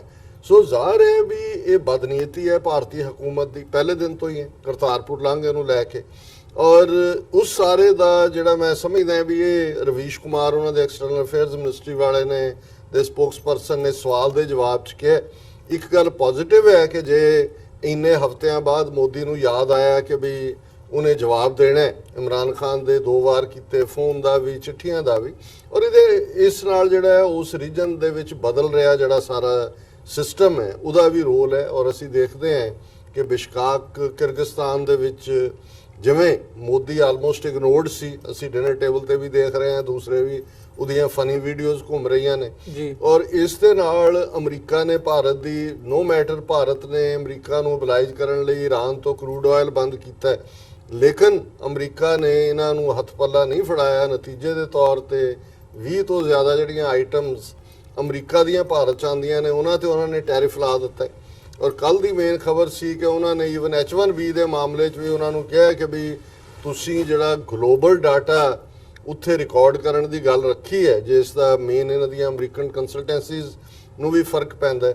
ਇਹਦੇ ਜੇ ਤੁਸੀਂ ਐਵੇਂ ਕਰੋਗੇ ਤੇ ਅਸੀਂ ਜਿਹੜਾ H1B ਦਾ ਖੁੱਲਾ ਕੋਟਾ ਹੈ ਜਿਹਦੇ 70% ਇੰਡੀਆ ਤੋਂ ਆਉਂਦੇ ਨੇ, ਇਹਨੂੰ ਅਸੀਂ ਕੰਟਰੀ ਵਾਈਜ਼ ਕਰ ਦਿਆਂਗੇ, ਤੁਹਾਨੂੰ 15% ਤੇ ਲੈ ਆਵਾਂਗੇ। ਸੋ ਮੈਂ ਸਮਝਦਾ ਵੀ ਭਾਰਤ ਨੂੰ ਇਹ ਲੋੜ ਵੀ ਮਹਿਸੂਸ ਹੋਣੀ ਸ਼ੁਰੂ ਹੋ ਗਈ ਕਿ ਅਸੀਂ ਸਾਰੇ ਆਂਡੇ ਇੱਕੋ ਟੋਕਰੀ 'ਚ ਪਾਏ ਹੋਏ ਨੇ ਔਰ ਇੱਥੇ ਕੁਝ ਬਦਲ ਰਿਹਾ। ਔਰ ਇਸ ਦੇ ਨਾਲ ਹੀ ਮੈਂ ਸਮਝਦਾ ਵੀ ਚਾਈਨਾ ਜਿਹੜੇ ਕਿ ਮਾਸਟਰ ਨੇ ਡਿਪਲੋਮੇਸੀ ਦੇ, ਉਹਨਾਂ ਨੇ ਐਜ਼ ਯੂਜੂਅਲ ਕਿਰਗਿਸਤਾਨ ਦੇ ਵਿੱਚ ਵੀ ਥੋੜਾ ਬਹੁਤ ਇਹਨਾਂ ਨੂੰ ਇੰਡੀਆ ਨੂੰ ਕੋਟ ਕੀਤਾ ਹੈ। ਥੋੜਾ ਚਾਈਨਾ ਵੀ ਸਮਝ ਰਿਹਾ ਹੈ ਕਿ ਜੇ ਅਮਰੀਕਾ ਨਾਲ ਇਹ ਜਿਹੜੀ ਹੈ ਲੰਬੀ ਟੱਕਰ ਵੱਲ ਜਾਂਦਾ ਹੈ ਤੇ ਭਾਰਤ ਨੂੰ ਜਿਹੜਾ ਹੈ ਥੋੜਾ ਜਿਹਾ ਰੱਖਿਆ ਜਾਏ ਇਨ ਗੁੱਡ ਹਿਊਮਰ। ਪਾਕਿਸਤਾਨ ਨਾਲ ਤਾਂ ਉਹਦੇ ਸਬੰਧ ਹੈ ਹੀ ਨੇ, ਉਹ ਭਾਰਤ ਨੂੰ ਵੀ ਪਤਾ ਹੈ ਔਰ ਉਹ ਕੋਈ ਚੇਂਜ ਨਹੀਂ ਹੋਣੇ। ਸੋ ਮੈਂ ਸਮਝਦਾ ਵੀ ਇਹਨਾਂ ਦੇ ਵਿੱਚ ਉਹ ਖਾਨਾ ਪੂਰੀ ਜ਼ਰੂਰ ਕੀਤੀ ਹੈ, but still it is a positive step ਉਹਦਾ ਚਿੱਠੀ ਦਾ ਜਵਾਬ ਦੇਣਾ।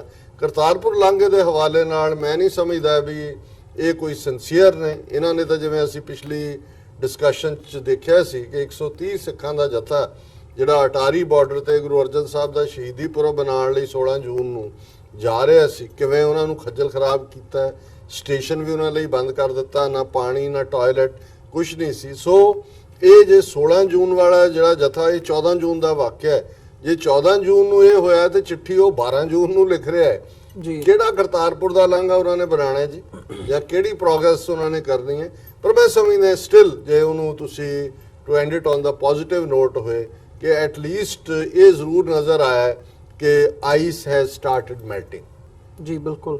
ਤੇ ਮਲਿਕ ਸਾਹਿਬ, ਜਿੱਥੇ ਇਹ ਸਾਰੇ ਪਾਰਟ ਨੂੰ ਅਸੀਂ ਦੇਖ ਰਹੇ ਹਾਂ, ਜਿਹੜੀ ਨਰਿੰਦਰ ਮੋਦੀ ਦੀ ਸਰਕਾਰ ਜਦੋਂ ਹੁਣ ਦੂਜੀ ਵਾਰ ਹੋਂਦ ਦੇ ਵਿੱਚ ਆਈ ਹੈ, ਇੱਕ ਪਹਿਲਾਂ 2014 ਦੇ ਵਿੱਚ ਜਿਹੜੇ ਨਾਅਰੇ ਸੀ ਸਬਕਾ ਸਾਥ ਸਬਕਾ ਵਿਕਾਸ, ਬਲੈਕ ਮਨੀ ਜਿਹੜੀ ਹੈਗੀ ਆ ਉਹ ਅਸੀਂ ਵਾਪਸ ਲੈ ਕੇ ਆਵਾਂਗੇ, ਇਸ਼ੂ ਬੇਸਡ ਇੱਕ ਕੈਂਪੇਨ ਸੀ ਜਿਹੜਾ ਉਹਦੇ ਵਿੱਚੋਂ ਨਿਕਲਿਆ ਨਹੀਂ ਨਿਕਲਿਆ ਇੱਕ ਵੱਖਰੀ ਗੱਲ ਹੈ, ਪਰ ਇਸ਼ੂ ਬੇਸਡ ਕੈਂਪੇਨ ਸੀ ਜਿਹੜਾ ਬੀਜੇਪੀ ਵੱਲੋਂ ਲੀਡ ਕੀਤਾ ਗਿਆ ਸੀ। ਹੁਣ ਜਦੋਂ ਦੁਬਾਰਾ ਸਰਕਾਰ ਬਣਾਈ ਹੈ ਤਾਂ ਸਾਰੇ ਜਿਹੜੇ ਇਸ਼ੂਜ਼ ਹੈਗੇ ਆ ਉਹ ਪਾਸੇ ਰੱਖ ਕੇ ਇਹ ਕੰਪਲੀਟਲੀ ਪਾਕਿਸਤਾਨ ਨੂੰ ਨੈਗੇਟ ਕਰਨ ਦੀ ਲਾਈਨ, ਟੈਰਰਿਜ਼ਮ ਦੇ ਨਾਲ ਜੋੜਨ ਦੀ ਲਾਈਨ, ਫਿਰ ਮਾਈਨੋਰਿਟੀਜ਼ ਨੂੰ ਟਾਰਗੇਟ ਕਰਨਾ, ਖਾਸ ਤੌਰ ਤੇ ਮੁਸਲਮਾਨਾਂ ਨੂੰ, ਦਲਿਤਾਂ ਨੂੰ, ਤੇ ਈਵਨ ਹੁਣ ਜਿਵੇਂ ਸਿੱਖਾਂ ਦੇ ਖਿਲਾਫ ਵੀ ਅਸੀਂ ਸ਼ਿਲੌਂਗ ਦੇ ਵਿੱਚ ਤੇ ਦਿੱਲੀ ਦੇ ਵਿੱਚ ਉਦਾਹਰਨ ਦੇ ਤੌਰ ਤੇ ਦੇਖਿਆ। ਸੋ ਇਹ ਸਾਰੇ ਪਾਰਟ ਨੂੰ ਜਦੋਂ ਦੇਖਦੇ ਆ ਤਾਂ ਇੱਕ ਹੁਣ ਜਦੋਂ 17ਵੀਂ ਲੋਕ ਸਭਾ ਦੀ ਜਿਹੜੀ ਹੈਗੀ ਹੈ ਓਥ ਟੇਕਿੰਗ ਸੈਰੇਮਨੀ ਹੋਈ ਹੈ, ਉਹਦੇ ਵਿੱਚ ਜਿਹੜੇ ਸਾਰੇ ਲੀਡਰਸ ਹੈਗੇ ਨੇ, ਖਾਸ ਤੌਰ ਤੇ ਜਿਹੜੇ ਬੀਜੇਪੀ ਨਾਲ ਸੰਬੰਧਿਤ ਆ, ਉਹਨਾਂ ਵੱਲੋਂ ਸ਼ੁਰੂਆਤ ਕੀਤੀ ਗਈ ਜੈ ਸ਼੍ਰੀ ਰਾਮ ਦੇ ਜਿਹੜੇ ਨਾਅਰੇ ਹੈਗੇ ਆ, ਜੈ ਮਾਤਾ ਦੀ ਤੋਂ ਲੈ ਕੇ ਭਾਰਤ ਮਾਤਾ, ਕਿੰਨੇ ਹੀ ਜਿਹੜੇ ਹੈਗੇ ਆ ਵੱਖੋ ਵੱਖਰੇ ਤਰੀਕਿਆਂ ਦੇ ਨਾਲ, ਮਤਲਬ ਇੱਕ ਪੋਲਰਾਈਜੇਸ਼ਨ ਦੀ ਜਿਹੜੀ ਸਿਖਰ ਮੈਂ ਕਹੂੰਗਾ ਵੀ ਜਿੱਥੇ ਜਿਹੜਾ ਗੜ ਹੈ ਜਾਂ ਜਿਹੜਾ ਜਿਹਨੂੰ ਅਸੀਂ ਕਹਿ ਸਕਦੇ ਹਾਂ ਵੀ ਸੈਕੂਲਰਿਜ਼ਮ ਦਾ ਜਿਹੜਾ ਸੈਂਟਰ ਹੈ, ਉਹਦੇ ਵਿੱਚ ਧਰਮ ਨਿਰਪੱਖਤਾ ਦੀ ਗੱਲ ਨਾ ਹੋ ਕੇ ਇਸ ਲੈਵਲ ਤੱਕ ਗੱਲ ਚਲੀ ਜਾਣੀ ਕਿ ਸਾਰੇ ਜਿਹੜੇ ਆਪੋ ਆਪਣੇ ਨਾਅਰੇ ਮਾਰ ਰਹੇ ਆ, ਇਹ ਕੀ ਸੰਕੇਤ ਦਿੰਦਾ? ਦੇਖੋ, ਮੈਂ ਕੱਲ ਦੇਖ ਰਿਹਾ ਸੀ ਉੱਥੇ ਮੁxtਲਿਫ ਜਿਹੜੀ ਰਾਜਨੀਤੀ ਜਮਾਤਾਂ ਜਿੱਤ ਕੇ ਪਹੁੰਚੀਆਂ ਲੋਕ ਸਭਾ ਦੇ ਅੰਦਰ, ਉਹ ਓਥ ਟੇਕਿੰਗ ਸੈਰੀਮਨੀ, ਕਿਉਂਕਿ ਹਰ ਜਿਹੜਾ ਜਿੱਤਦਾ ਹੈ ਮੈਂਬਰ ਆਫ ਪਾਰਲੀਮੈਂਟ ਉਹਦੇ ਕੋਲੋਂ ਓਥ ਲਿੱਤੀ ਜਾਂਦੀ ਹੈ ਤੇ ਇਹ ਹੁੰਦਾ ਹੈ ਕਿ ਉਹ ਕਿਹੜੀ ਜ਼ਬਾਨ, ਕਿਹੜੀ ਭਾਸ਼ਾ ਜਾਂ ਕਿਹੜੇ ਧਰਮ ਦੇ ਹਿਸਾਬ ਨਾਲ ਉਹ ਓਥ ਲੈਂਦਾ ਹੈ। ਇਹਦੀ ਦੁਨੀਆ ਦੇ ਅੰਦਰ ਅਮੂਮਨ ਮੈਜੋਰਿਟੀ ਜਿਹੜੇ ਮੁਲਕ ਆ ਉਹਦੀ ਇਜਾਜ਼ਤ ਦਿੰਦੇ ਆ। ਅਮਰੀਕਾ ਦੇ ਅੰਦਰ ਵੀ ਹੁਣੇ ਜਿਹੜੀ 2 ਮੁਸਲਮਾਨ ਲੇਡੀਜ਼ ਜਿੱਤੀਆਂ, ਇੱਕ ਤੇ ਉਹਨਾਂ ਨੇ ਵੀ ਕੁਰਾਨ ਤੇ ਯਾਨੀ ਓਥ ਲਿੱਤਾ, ਤੇ ਓਥ ਦਾ ਮਕਸਦ ਇਹ ਹੁੰਦਾ ਹੈ ਕਿ ਯਾਨੀ ਹਰ ਬੰਦਾ ਜਿਹੜੇ ਵੀ ਧਰਮ ਦਾ ਫਾਲੋਅਰ ਹੁੰਦਾ ਹੈ ਉਹਦੀ ਕੋਸ਼ਿਸ਼ ਹੁੰਦੀ ਹੈ ਉਸ ਹਿਸਾਬ ਨਾਲ ਲੈ। ਲੇਕਿਨ ਬੀਜੇਪੀ ਚੂੰਕਿ ਮੈਜੋਰਿਟੀ ਦੇ ਅੰਦਰ ਜਿੱਤ ਕੇ ਆਈ ਹੈ 303 ਸ਼ਾਇਦ ਉਹਨਾਂ ਦੀ ਲੋਕ ਸਭਾ ਦੇ ਅੰਦਰ ਉਹਨਾਂ ਦੀ ਆਪਣੀ ਸੀਟਾਂ ਤੇ ਜਿਹੜਾ ਉਹਨਾਂ ਦੇ ਨਾਲ ਅਲਾਈਅੰਸ ਹੈ ਉਹ ਮਿਲਾ ਕੇ ਤਕਰੀਬਨ ਕੋਈ 350 ਹੈ। ਉੱਥੇ ਜੋ ਕੁਝ ਔਰ ਖਾਸ ਤੌਰ ਤੇ ਜਿਹੜੀ ਉਹ ਸਾਧਵੀ ਪ੍ਰਤੀਗਿਆ ਠਾਕੁਰ ਹੈ ਉਹਨੇ ਜਿਸ ਤਰ੍ਹਾਂ ਕੱਲ ਓਥ ਲੈ ਕੇ ਜੋ ਡਰਾਮੇਬਾਜ਼ੀ ਕੀਤੀ ਔਰ ਜਿਸ ਤਰ੍ਹਾਂ ਉਹਨੂੰ ਡਿਲੇ ਔਰ ਕੰਟਰੋਵਰਸ਼ੀਅਲ ਬਣਾਇਆ, ਉਹ ਪੈਗਾਮ ਉਹ ਆਪ ਨਹੀਂ ਕਰੀ, ਉਹਦੇ ਪਿੱਛੇ ਬੀਜੇਪੀ ਤੇ ਆਰਐਸਐਸ ਦੀ ਉਹ ਜਿਹੜੀ ਟੀਮ ਹੈ ਉਹਨਾਂ ਦੀ ਇੰਸਟਰਕਸ਼ਨ ਹੋਣੀ ਹੈ ਕਿ ਇਸ ਕਿਸਮ ਦੇ ਜਿਹੜੇ ਰੁਝਾਨਾਤ ਲੋਕ ਸਭਾ ਤੇ ਜਿਹਨੂੰ ਮੈਂ ਸਮਝਦਾ ਕਿ ਨੈਸ਼ਨਲ ਐਸੋਸੀਏਸ਼ਨ ਆਫ ਇੰਡੀਆ ਯਾਨੀ ਜਿਹੜਾ ਕੌਮੀ ਅਸੈਂਬਲੀ ਦਾ ਐਵਾਨ ਹੁੰਦਾ ਹੈ ਉਹ ਯਾਨੀ ਉਹ ਜ਼ਾਹਿਰ ਕਰਦਾ ਹੈ ਕਿ ਕਿਸੇ ਮੁਲਕ ਦੇ ਪੜ੍ਹੇ ਲਿਖੇ ਜਿਹੜੇ ਕਾਨੂੰਨ ਸਾਜ਼ ਅਸੈਂਬਲੀ ਦੇ ਲੋਕ ਆ ਉਹ ਕੀ ਬਿਹੇਵ ਜਾਂ ਕੀ ਅੱਗੇ ਯਾਨੀ ਰਾਜਨੀਤੀ ਜਾਂ ਕਾਨੂੰਨ ਬਣਾਉਣਗੇ ਅਗਰ ਉੱਥੇ ਇਸ ਕਿਸਮ ਦਾ ਇਹ ਵਿਗਾੜ ਪੈਦਾ ਕੀਤਾ ਜਾ ਰਿਹਾ ਹੈ। ਤੇ ਮੈਂ ਇਹ ਵੀ ਦੇਖਿਆ ਕਿ ਇੱਕ ਦੂਸਰੇ ਪਾਸੇ ਅਸਦੁੱਦੀਨ ਅਵੈਸੀ ਤੇ ਸਮਾਜਵਾਦੀ ਪਾਰਟੀ ਦਾ ਇੱਕ ਮੁਸਲਮਾਨ ਐਮਪੀ ਸੀ, ਉਹਨੇ ਸਾਫ਼ ਕਿਹਾ ਕਿ ਬੰਦੇ ਮਾਤਰਮ ਜਿਹੜਾ ਮੈਂ ਨਹੀਂ ਬੋਲ ਸਕਦਾ ਕਿਉਂਕਿ ਮੇਰੇ ਅਕੀਦੇ ਦੇ ਖਿਲਾਫ ਹੈ। ਤੇ ਉਹਨੇ ਯਾਨੀ ਆਪਣੇ ਹਿਸਾਬ ਨਾਲ ਉੱਥੇ ਯਾਨੀ ਸ਼ਪਥ ਲਿੱਤੀ ਤੇ ਇਹ ਲੇਕਿਨ ਜੋ ਕੁਝ ਉੱਥੇ ਇਹ ਹੋਇਆ ਉਸ ਤੋਂ ਜਿਹੜਾ ਇੰਡੀਆ ਦਾ ਜਿਹੜਾ ਅਸਲ ਚਿਹਰਾ ਹੈ ਜੋ ਉਹ ਛੁਪਾਉਣ ਦੀ ਕੋਸ਼ਿਸ਼ ਕਰਦੇ ਸੀ ਉਹ ਦੁਬਾਰਾ ਜ਼ਾਹਿਰ ਹੋਇਆ। ਕਿਸੇ ਇਲੈਕਸ਼ਨ ਨੂੰ ਦੁਬਾਰਾ ਜਿੱਤਣਾ ਇਦਾਂ ਹੀ ਹੁੰਦਾ ਹੈ ਕਿ ਤੁਸੀਂ ਕਿਸੇ ਮੈਚ ਜਿੱਤਣ ਦੇ ਬਾਅਦ ਜਦੋਂ ਤੁਹਾਡਾ ਨਵਾਂ ਮੈਚ ਹੁੰਦਾ ਤੇ ਤੁਸੀਂ ਦੁਬਾਰਾ ਤੋਂ ਉਹਦੀ ਪਲੈਨਿੰਗ ਕਰਦੇ ਹੋ ਕਿ ਅਸੀਂ ਮਿਸਾਲ ਦੇ ਤੌਰ ਤੇ ਅਗਰ ਆਸਟ੍ਰੇਲੀਆ ਦੀ ਜਾਂ ਇੰਗਲੈਂਡ ਦੀ ਟੀਮ ਹੈ ਮਜ਼ਬੂਤ ਟੀਮ ਹੈ ਤੇ ਅਸੀਂ ਇਹਦੇ ਖਿਲਾਫ ਅਗਰ ਇੱਕ ਮੈਚ ਜਿੱਤ ਗਏ ਤੇ ਮਜ਼ਬੂਤ ਟੀਮ ਦੇ ਖਿਲਾਫ ਜਾਣਾ ਤੇ ਅਸੀਂ ਕੀ ਮਨਸੂਬਾਬੰਦੀ ਕਰਨੀ ਆ। ਤੇ ਹੂ ਬਹੂ ਜਿਹੜੀ ਬੀਜੇਪੀ ਤੇ ਆਰਐਸਐਸ ਮਾਈਂਡ ਜਿਹੜੇ ਉੱਥੇ ਲੋਕ ਜਿੱਤ ਕੇ ਲੋਕ ਸਭਾ ਦੇ ਅੰਦਰ ਆਏ ਆ ਉਹਨਾਂ ਨੂੰ ਇਹ ਇੰਸਟਰਕਸ਼ਨ ਦਿੱਤੀ ਗਈ ਸੀ ਤੁਸੀਂ ਜਾ ਕੇ ਇਹ ਐਟਮੋਸਫੇਅਰ ਉੱਥੇ ਕ੍ਰੀਏਟ ਕਰਨਾ ਹੈ। ਇਸ ਤੋਂ ਮੈਸੇਜ ਇਹ ਦੇਣਾ ਹੈ ਹਿੰਦੁਸਤਾਨ ਦੀ ਛੋਟੀ ਗਿਣਤੀਆਂ ਦੇ ਲੋਕਾਂ ਨੂੰ, ਜਿੱਥੇ ਤੱਕ ਮੈਂ ਯਾਨੀ ਸਮਝ ਪਾਇਆ ਕਿ ਤੁਸੀਂ ਜਿਹੜੇ ਹੈ ਨਾ ਦੱਬ ਕੇ ਰਹੋਗੇ ਤੇ ਆਇੰਦਾ ਜੋ ਕੁਝ ਆਰਐਸਐਸ ਅਗਲੇ 5 ਸਾਲ ਦੇ ਅੰਦਰ ਚਾਹੁੰਦੀ ਹੈ ਬੀਜੇਪੀ ਦਾ ਏਜੰਡਾ ਜਿਹੜਾ ਹੈ ਉਹੀ ਹੋਏਗਾ। ਲੇਕਿਨ ਇਹ ਕਿ ਜਿਸ ਤਰ੍ਹਾਂ ਹੁਣ ਦਿੱਲੀ ਦੇ ਅੰਦਰ ਸਾਡੀ ਪੰਜਾਬੀ ਉੱਥੇ ਲੋਕ ਖੜੇ ਹੋਏ, ਸਿੱਖ ਕਮਿਊਨਿਟੀ ਖੜੀ ਹੋਈ ਤੇ ਉਹਨਾਂ ਨੇ ਉੱਥੇ ਫਿਰ ਉਹਨਾਂ ਨੂੰ ਦੱਸਿਆ ਕਿ ਜਦੋਂ ਗੱਲ ਰਾਹ ਪਿਆ ਜਾਣੇ ਤੇ ਬਾਹ ਪਿਆ ਜਾਂਦੀ ਹੁੰਦੀ ਹੈ ਤੇ ਫਿਰ ਉਹਨਾਂ ਨੇ ਹੱਥਾਂ ਦੇ ਨਾਲ ਇਹ ਦੱਸਿਆ ਕਿ ਅਸੀਂ ਪੰਜਾਬ ਦੇ ਲੋਕ ਆ, ਅਗਰ ਇੱਥੇ ਸਾਡੇ ਕਿਸੇ ਬੇਗੁਨਾਹ ਜਾਂ ਕਿਸੇ ਪਰਿਵਾਰ ਨੂੰ ਤੁਸੀਂ ਇਸ ਕਿਸਮ ਦੀ ਰਿਆਸਤੀ ਦਹਿਸ਼ਤਗਰਦੀ ਕਰੋਗੇ ਤੇ ਯਾਨੀ ਪੁਲਿਸਗਰਦੀ ਕਰੋਗੇ ਤੇ ਫਿਰ ਅਸੀਂ ਜਿਹੜੇ ਆ ਉਹਨਾਂ ਦੇ ਨਾਲ ਖੜੇ ਹੋਵਾਂਗੇ। ਤੇ ਮੈਂ ਸਮਝਦਾ ਕਿ ਇਹ ਜਿਹੜਾ ਮੈਸੇਜ ਸੀ ਇਹ ਵੀ ਬੀਜੇਪੀ ਗਵਰਨਮੈਂਟ ਨੂੰ ਮਿਲਿਆ ਹੈ, ਲੇਕਿਨ ਜੋ ਕੁਝ ਲੋਕ ਸਭਾ ਦੇ ਅੰਦਰ ਹੋਇਆ ਉਸ ਤੋਂ ਪੂਰੀ ਦੁਨੀਆ ਦੇ ਅੰਦਰ ਇੰਡੀਆ ਦਾ ਜਿਹੜਾ ਅਸਲ ਚਿਹਰਾ ਹੈ ਉਹ ਸਾਹਮਣੇ ਆਇਆ, ਜਿਹਦੇ ਵਾਸਤੇ ਅਫਸੋਸ ਹੀ ਕੀਤਾ ਜਾ ਸਕਦਾ ਹੈ। ਜੀ ਡਾਕਟਰ ਸਾਹਿਬ, ਤੁਸੀਂ ਕਿਵੇਂ ਦੇਖਦੇ ਹੋ ਜਿਵੇਂ ਵੱਡੇ ਲੈਵਲ ਤੇ ਪ੍ਰਚਾਰਿਆ ਜਾਂਦਾ ਹੈ ਵੀ ਜੀ ਸੈਕੂਲਰ ਇੰਡੀਆ, ਧਰਮ ਨਿਰਪੱਖ ਇੰਡੀਆ ਤੇ ਉਸੇ ਧਰਮ ਨਿਰਪੱਖ ਇੰਡੀਆ ਦੀ ਜਿਹੜੀ ਟੈਂਪਲ ਕਹਿ ਸਕਦੇ ਆ ਜਿਹੜਾ ਸੈਂਟਰ ਹੈ ਪਾਰਲੀਮੈਂਟ ਉੱਥੇ ਇਹ ਵਰਤਾਰਾ ਹੋਣਾ? ਦੇਖੋ, BBC ਦੀ ਹਿੰਦੀ ਸਰਵਿਸ ਨੇ ਅੱਜ ਇੱਕ ਕਾਰਟੂਨ ਬਣਾਇਆ, ਉਹਦੇ 'ਚ ਭਾਰਤ ਦੀ ਪਾਰਲੀਮੈਂਟ ਦਾ ਥੱਲੇ ਸੀਨ ਹੈ ਔਰ ਉਹਦੇ 'ਚ ਉਹ ਸਹੁੰ ਚੁੱਕਦਿਆਂ ਜੈ ਸ਼੍ਰੀ ਰਾਮ ਕਹਿ ਰਿਹਾ ਤੇ ਰਾਮਚੰਦਰ ਦੀ ਪਿਕਚਰ ਉੱਪਰ ਹੈ। ਉਹ ਜਿਹੜਾ ਧਿਆਨ ਚੋਂ ਉਖੜ ਕੇ ਤੇ ਥੱਲੇ ਵੱਲ ਦੇਖਦੇ ਨੇ ਤੇ ਉਹਨਾਂ ਦਾ ਇੱਕ ਹੋਰ ਭਗਤ ਉਹਨਾਂ ਨੂੰ ਕਹਿੰਦਾ ये राम जी आपको याद नहीं कर रहा, ममता जी को चिढ़ाने के लिए है, आप आराम से बैठे जी। ਹੁਣ ਜ਼ਾਹਰ ਹੈ ਕਿ ਜਿਵੇਂ ਮਲਕ ਸਾਹਿਬ ਨੇ ਕਿਹਾ ਕਿ ਵੀ ਤੁਹਾਡਾ ਅਕੀਦਾ ਕੀ ਹੈ ਜਦੋਂ ਤੁਸੀਂ ਕਿਸੇ ਵੀ ਔਰ ਖਾਸ ਤੌਰ ਤੇ MP ਜਾਂ MLA ਸਟੇਟ ਅਸੈਂਬਲੀ 'ਚ ਹੁੰਦੇ ਹੋ, ਤੁਸੀਂ ਇਹ ਸਹੁੰ ਚੁੱਕਣੀ ਹੁੰਦੀ ਹੈ ਕਿ ਜਿਹੜਾ ਆਇਨ ਹੈ, ਕਨਸਟੀਟਿਊਸ਼ਨ ਹੈ, ਉਹਦੇ ਨਾਲ ਵਫਾ ਕਰਦੇ ਆ ਤੁਸੀਂ ਆਪਣੇ ਫਰਜ਼ਾਂ ਦੀ ਅਦਾਇਗੀ ਕਰੋਗੇ। ਔਰ ਇਹ ਭਾਰਤ ਦੇ ਉਸ ਸਹੁੰ ਚੁੱਕ ਸਮਾਗਮ ਦੇ ਵਿੱਚ ਪ੍ਰੋਵੀਜ਼ਨ ਹੈ ਕਿ ਤੁਸੀਂ ਜਾਂ ਆਇਨ ਦੇ ਨਾਂ ਤੇ ਜਾਂ ਰੱਬ ਦੇ ਨਾਂ ਤੇ ਸਹੁੰ ਚੁੱਕ ਸਕਦੇ ਹੋ। ਸੋ ਉਹਦੇ 'ਚ ਜੇ ਕਿਸੇ ਨੇ ਭਗਵਾਨ ਜਾਂ ਈਸ਼ਵਰ ਜਾਂ ਵਾਹਿਗੁਰੂ ਜਾਂ ਅੱਲਾ ਕਿਹਾ ਤੇ ਕੋਈ ਉਹ ਖਿਲਾਫ ਵਰਜ਼ੀ ਨਹੀਂ। ਪਰ ਜਦੋਂ ਅਸੀਂ ਦੇਖਦੇ ਹਾਂ ਕਿ ਜਿਹੜਾ ਧਾਰਮਿਕ ਵਿਸ਼ਵਾਸ, ਔਰ ਇਹ ਗੱਲ ਮੈਂ ਨਹੀਂ ਕਹਿ ਰਿਹਾ, ਈਵਨ ਹਾਲਾਂ ਉਹਦਾ ਨਾਂ ਹੀ ਸਿੱਖਾਂ ਵਾਲਾ ਹੈ, ਵਿਆਹੀ ਵੀ ਉਹ ਕਿਸੇ ਹੋਰ ਨਾਲ ਹੈ ਬੰਬੇ 'ਚ, ਪਰ ਉਹ ਆਜ਼ਾਦ MLA ਜਿੱਤ ਕੇ ਆਈ ਹੈ ਅਮਰਾਵਤੀ ਤੋਂ, ਨਵਨੀਤ ਕੌਰ ਰਣ ਮੈਂਬਰ ਪਾਰਲੀਮੈਂਟ। ਉਹ ਇੰਟਰਵਿਊ ਦੇ ਰਹੇ ਸੀ ANI ਨੂੰ। ANI ਜਿਹੜਾ ਖੁਫੀਆ ਏਜੰਸੀਆਂ ਦਾ ਹੀ TV ਹੈ। ਉਹਨੇ ਕਿਹਾ ਜੀ ਮੰਦਰ ਨੇ ਜੈ ਸ਼੍ਰੀ ਰਾਮ ਕਹਿਣ ਲਈ, ਹੋਰ ਥਾਵਾਂ ਨੇ, ਉੱਥੇ ਜਾ ਕੇ ਗੱਲ ਕਰੋ।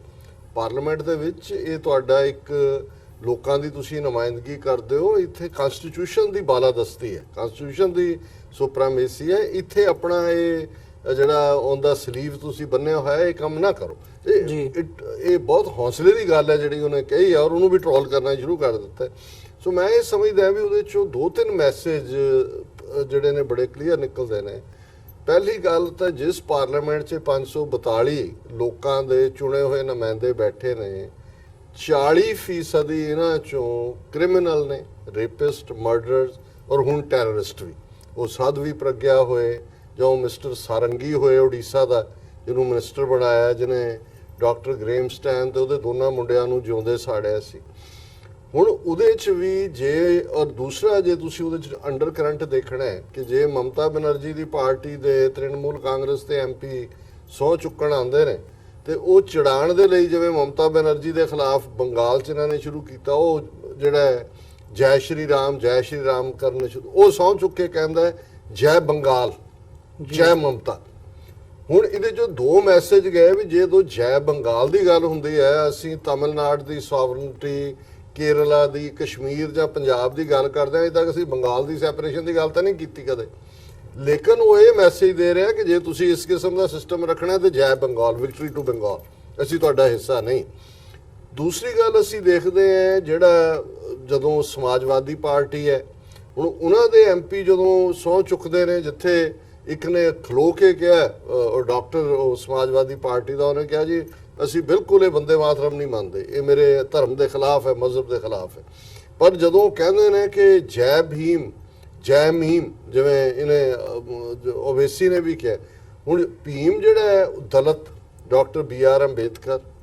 ਸੋ ਜ਼ਾਹਰ ਹੈ ਕਿ ਇਹ ਵੀ ਇੱਕ ਕੰਬੀਨੇਸ਼ਨ ਜਿੱਥੇ ਮੁਸਲਮਾਨ ਜਾਂ ਸਿੱਖ, ਜਿਵੇਂ ਪੰਜਾਬ ਦੇ ਵਿੱਚ ਇਸ ਵਾਰ ਜਿਹੜੀਆਂ ਖਹਿਰਾ ਜਾਂ ਦੂਜੀਆਂ ਪਾਰਟੀਆਂ ਸੀ, ਉਹਨਾਂ ਨੇ ਦਲਿਤ ਭਾਈਚਾਰੇ ਨਾਲ ਅਲਾਈਅੰਸ ਕੀਤਾ ਸੀ। ਇਹ ਇੱਕ ਪੋਜ਼ਿਟਿਵ ਸਾਈਨ ਹੈ ਕਿ ਇੱਕ ਮੁਸਲਮਾਨ ਹੋਏ ਜਾਂ ਕੱਲ ਨੂੰ ਕੋਈ ਸਿੱਖ ਵੀ MP ਇਸ ਕਿਸਮ ਦਾ ਆਏਗਾ ਜਿਹੜਾ ਡਾਕਟਰ ਅੰਬੇਦਕਰ ਨੂੰ ਵੀ ਉਵੇਂ ਹੀ ਰੈਕਗਨਾਈਜ਼ ਕਰਦਾ ਜਿਵੇਂ ਉਹ ਬਾਕੀਆਂ ਨੂੰ ਕਰਦਾ। ਥਰਡ ਪਾਰਟ ਅਸੀਂ ਪੰਜਾਬ ਦੇ ਹਵਾਲੇ ਨਾਲ ਦੇਖਦੇ ਕਿ ਜੇ ਉਹਨਾਂ ਨੇ ਜੈ ਭਾਰਤ ਤੇ ਜੈ ਸ਼੍ਰੀ ਰਾਮ ਤੇ ਜੈ ਫਲਾਣਾ ਸ਼ੁਰੂ ਕੀਤਾ, ਘੱਟੋ ਘੱਟ ਸੁਖਬੀਰ ਬਾਦਲ ਨੇ ਉੱਥੇ ਫਤਿਹ ਹੀ ਬੁਲਾਈ ਹੈ, ਉਹ ਵੀ ਕਿਤੇ ਜੈ ਰਾਮ ਜੈ ਸ਼੍ਰੀ ਰਾਮ ਨਹੀਂ ਕਰਨ ਲੱਗ ਗਏ। ਔਰ ਭਗਵੰਤ ਮਾਨ ਜਿਹੜਾ ਉਹ ਇਨਕਲਾਬ ਜ਼ਿੰਦਾਬਾਦ ਵੀ ਕਰ ਰਿਹਾ, ਪੰਜਾਬੀ 'ਚ ਵੀ ਸਹੁੰ ਚੁੱਕ ਰਿਹਾ। ਸੋ ਮੈਂ ਸਮਝਦਾ ਵੀ ਪੰਜਾਬ ਨੇ ਇੱਕ ਵਾਰ ਫੇਰ ਵੱਖਰੀ ਸੁਰ ਦਿੱਤੀ ਹੈ ਕਿ ਵੀ ਅਸੀਂ ਤੁਹਾਡੇ ਜੈ ਭਾਰਤ ਜਾਂ ਉਸਦੇ ਨਾਲ ਸਾਡਾ ਕੋਈ ਤਾਲੁਕ ਨਹੀਂ ਹੈ, ਔਰ ਇਸ ਸਾਰੇ ਨੂੰ ਅਸੀਂ ਇਸ ਸਪਿਰਿਟ ਦੇ ਵਿੱਚ ਹੀ ਲਈਏ ਕਿ ਭਾਰਤ ਜਿਹੜਾ ਹੈ ਉਹਦੇ 'ਚ ਨਾ ਇਹ ਕਦੇ ਐਜ਼ ਏ ਜਿਓਗ੍ਰਾਫੀਕਲ ਐਂਟੀਟੀ ਐਗਜ਼ਿਸਟ ਕਰਦਾ ਸੀ ਮੁਲਕ। ਇਹ 47 'ਚ ਜਾਣ ਲੱਗਿਆ ਅੰਗਰੇਜ਼ ਬਾਣੀਆਂ, ਹਿੰਦੂ ਬ੍ਰਾਹਮਣ ਬਾਣੀਆਂ ਨੂੰ ਦੇ ਗਏ। 72 ਸਾਲਾਂ 'ਚ ਇਹ ਇੱਕ ਕਨਸਟੀਟਿਊਸ਼ਨ ਦੁਨੀਆ ਦੇ ਸੰਵਿਧਾਨਾਂ ਦੀਆਂ, ਆਇਨਸ ਦੀਆਂ ਨਕਲਾਂ ਮਾਰ ਕੇ ਇੱਕ ਬਣਾ ਤਾਂ ਲਿਆ, ਪਰ ਉਹਦੇ ਤੇ ਕਿਸੇ ਦਾ ਫੇਥ ਨਹੀਂ ਹੈ। ਔਰ ਚੀਪ ਕਿਸਮ ਦੀ ਗੁੰਡਾਗਰਦੀ ਵਾਲੀ ਜਿਹੜੀ ਗਲੀਆਂ ਦੇ ਵਿੱਚ ਨਾਰਿਆਂ ਵਾਲੀ ਰਾਜਨੀਤੀ ਹੈ, ਉਹ ਭਾਰਤ ਦੀ ਪਾਰਲੀਮੈਂਟ ਦੇ ਵਿੱਚ ਵੀ ਦੇਖਣ 'ਚ ਆਈ। ਔਰ ਕੋਈ ਐਮੋਸ਼ਨਲ ਯੂਨਿਟੀ ਵੀ ਨਹੀਂ ਹੈ।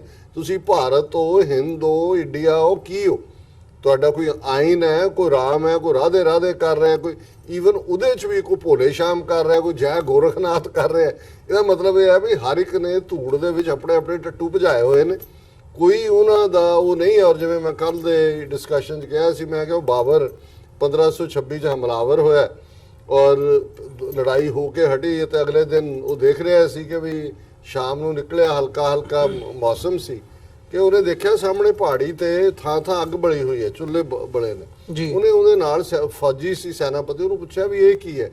ਉਹ ਕਹਿੰਦਾ ਜੀ ਇਹ ਜਿਹੜੀ ਪਠਾਣਾਂ ਦੇ ਨਾਲ ਅੱਧੀ ਫੌਜ ਹੈ ਹਿੰਦੂਆਂ ਦੀ ਹੈ, ਹਿੰਦੂ ਰਾਜਪੂਤਾਂ ਦੀ, ਦੂਜਿਆਂ ਦੀ, ਇਹ ਇੱਕ ਦੂਜੇ ਦੇ ਹੱਥ ਦਾ ਬਣਿਆ ਨਹੀਂ ਖਾਂਦੇ, ਇਹ ਹਰ ਇੱਕ ਨੇ ਅੱਗ ਬਾਲੀ ਹੋਈ ਹੈ, ਆਪਣੀ ਆਪਣੀ ਹੰਡੀ ਧਰੀ ਹੋਈ ਹੈ ਇਹਨਾਂ ਨੇ ਬਣਾਉਣ ਦੇ ਲਈ। ਬਾਬਰ ਹੱਸਿਆ, ਕਹਿੰਦਾ ਇਹ ਕੀ ਲੜਨਗੇ ਸਾਡੇ ਨਾਲ, ਇਹਨਾਂ ਨੂੰ ਅਸੀਂ ਢਾਹ ਲਾਂਗੇ। ਜਿਹੜੇ ਇੱਕ ਥਾਂ ਤੇ ਇਕੱਠੇ ਖਾ ਨਹੀਂ ਸਕਦੇ, ਇਕੱਠੇ ਬਹਿ ਨਹੀਂ ਸਕਦੇ, ਇਹ ਨਹੀਂ ਲੜ ਸਕਣਗੇ ਸਾਡੇ ਨਾਲ। ਔਰ ਹਿਸਟਰੀ ਗਵਾਹ ਹੈ ਕਿ ਬਾਬਰ ਦੀ ਉਹ ਪ੍ਰੈਡਿਕਸ਼ਨ ਕਿੰਨੀ ਟਰੂ ਸਾਬਤ ਹੋਈ। ਔਰ ਮੁਗਲ ਫਿਰ ਉੱਥੇ 250 ਸਾਲ ਜਿਹੜੇ ਨੇ ਉਹਨਾਂ ਨੇ ਉਹ ਹਕੂਮਤ ਕੀਤੀ।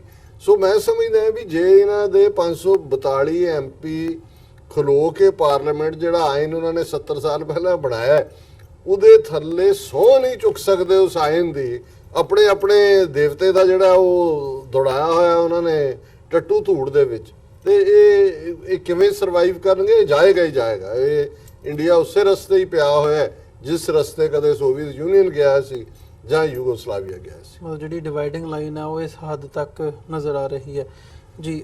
ਮਲਿਕ ਸਾਹਿਬ, ਜਿਵੇਂ ਅਸੀਂ ਭਾਰਤੀ ਤੇ ਇੰਡੀਅਨ ਕੰਟੈਕਸਟ ਤੇ ਪਾਕਿਸਤਾਨ ਦੇ ਜਿਹੜੇ ਰਿਲੇਸ਼ਨਸ ਹੈਗੇ ਇਸ ਬਾਬਤ ਗੱਲਬਾਤ ਕੀਤੀ ਹੈ, ਮੈਂ ਚਾਹੂੰਗਾ ਹੁਣ ਥੋੜਾ ਜਿਹਾ ਇੰਟਰਨੈਸ਼ਨਲ ਇਸ਼ੂਜ਼ ਨੂੰ ਵੀ ਅਸੀਂ ਜਾਂਦੇ ਜਾਂਦੇ ਟੱਚ ਕਰੀਏ।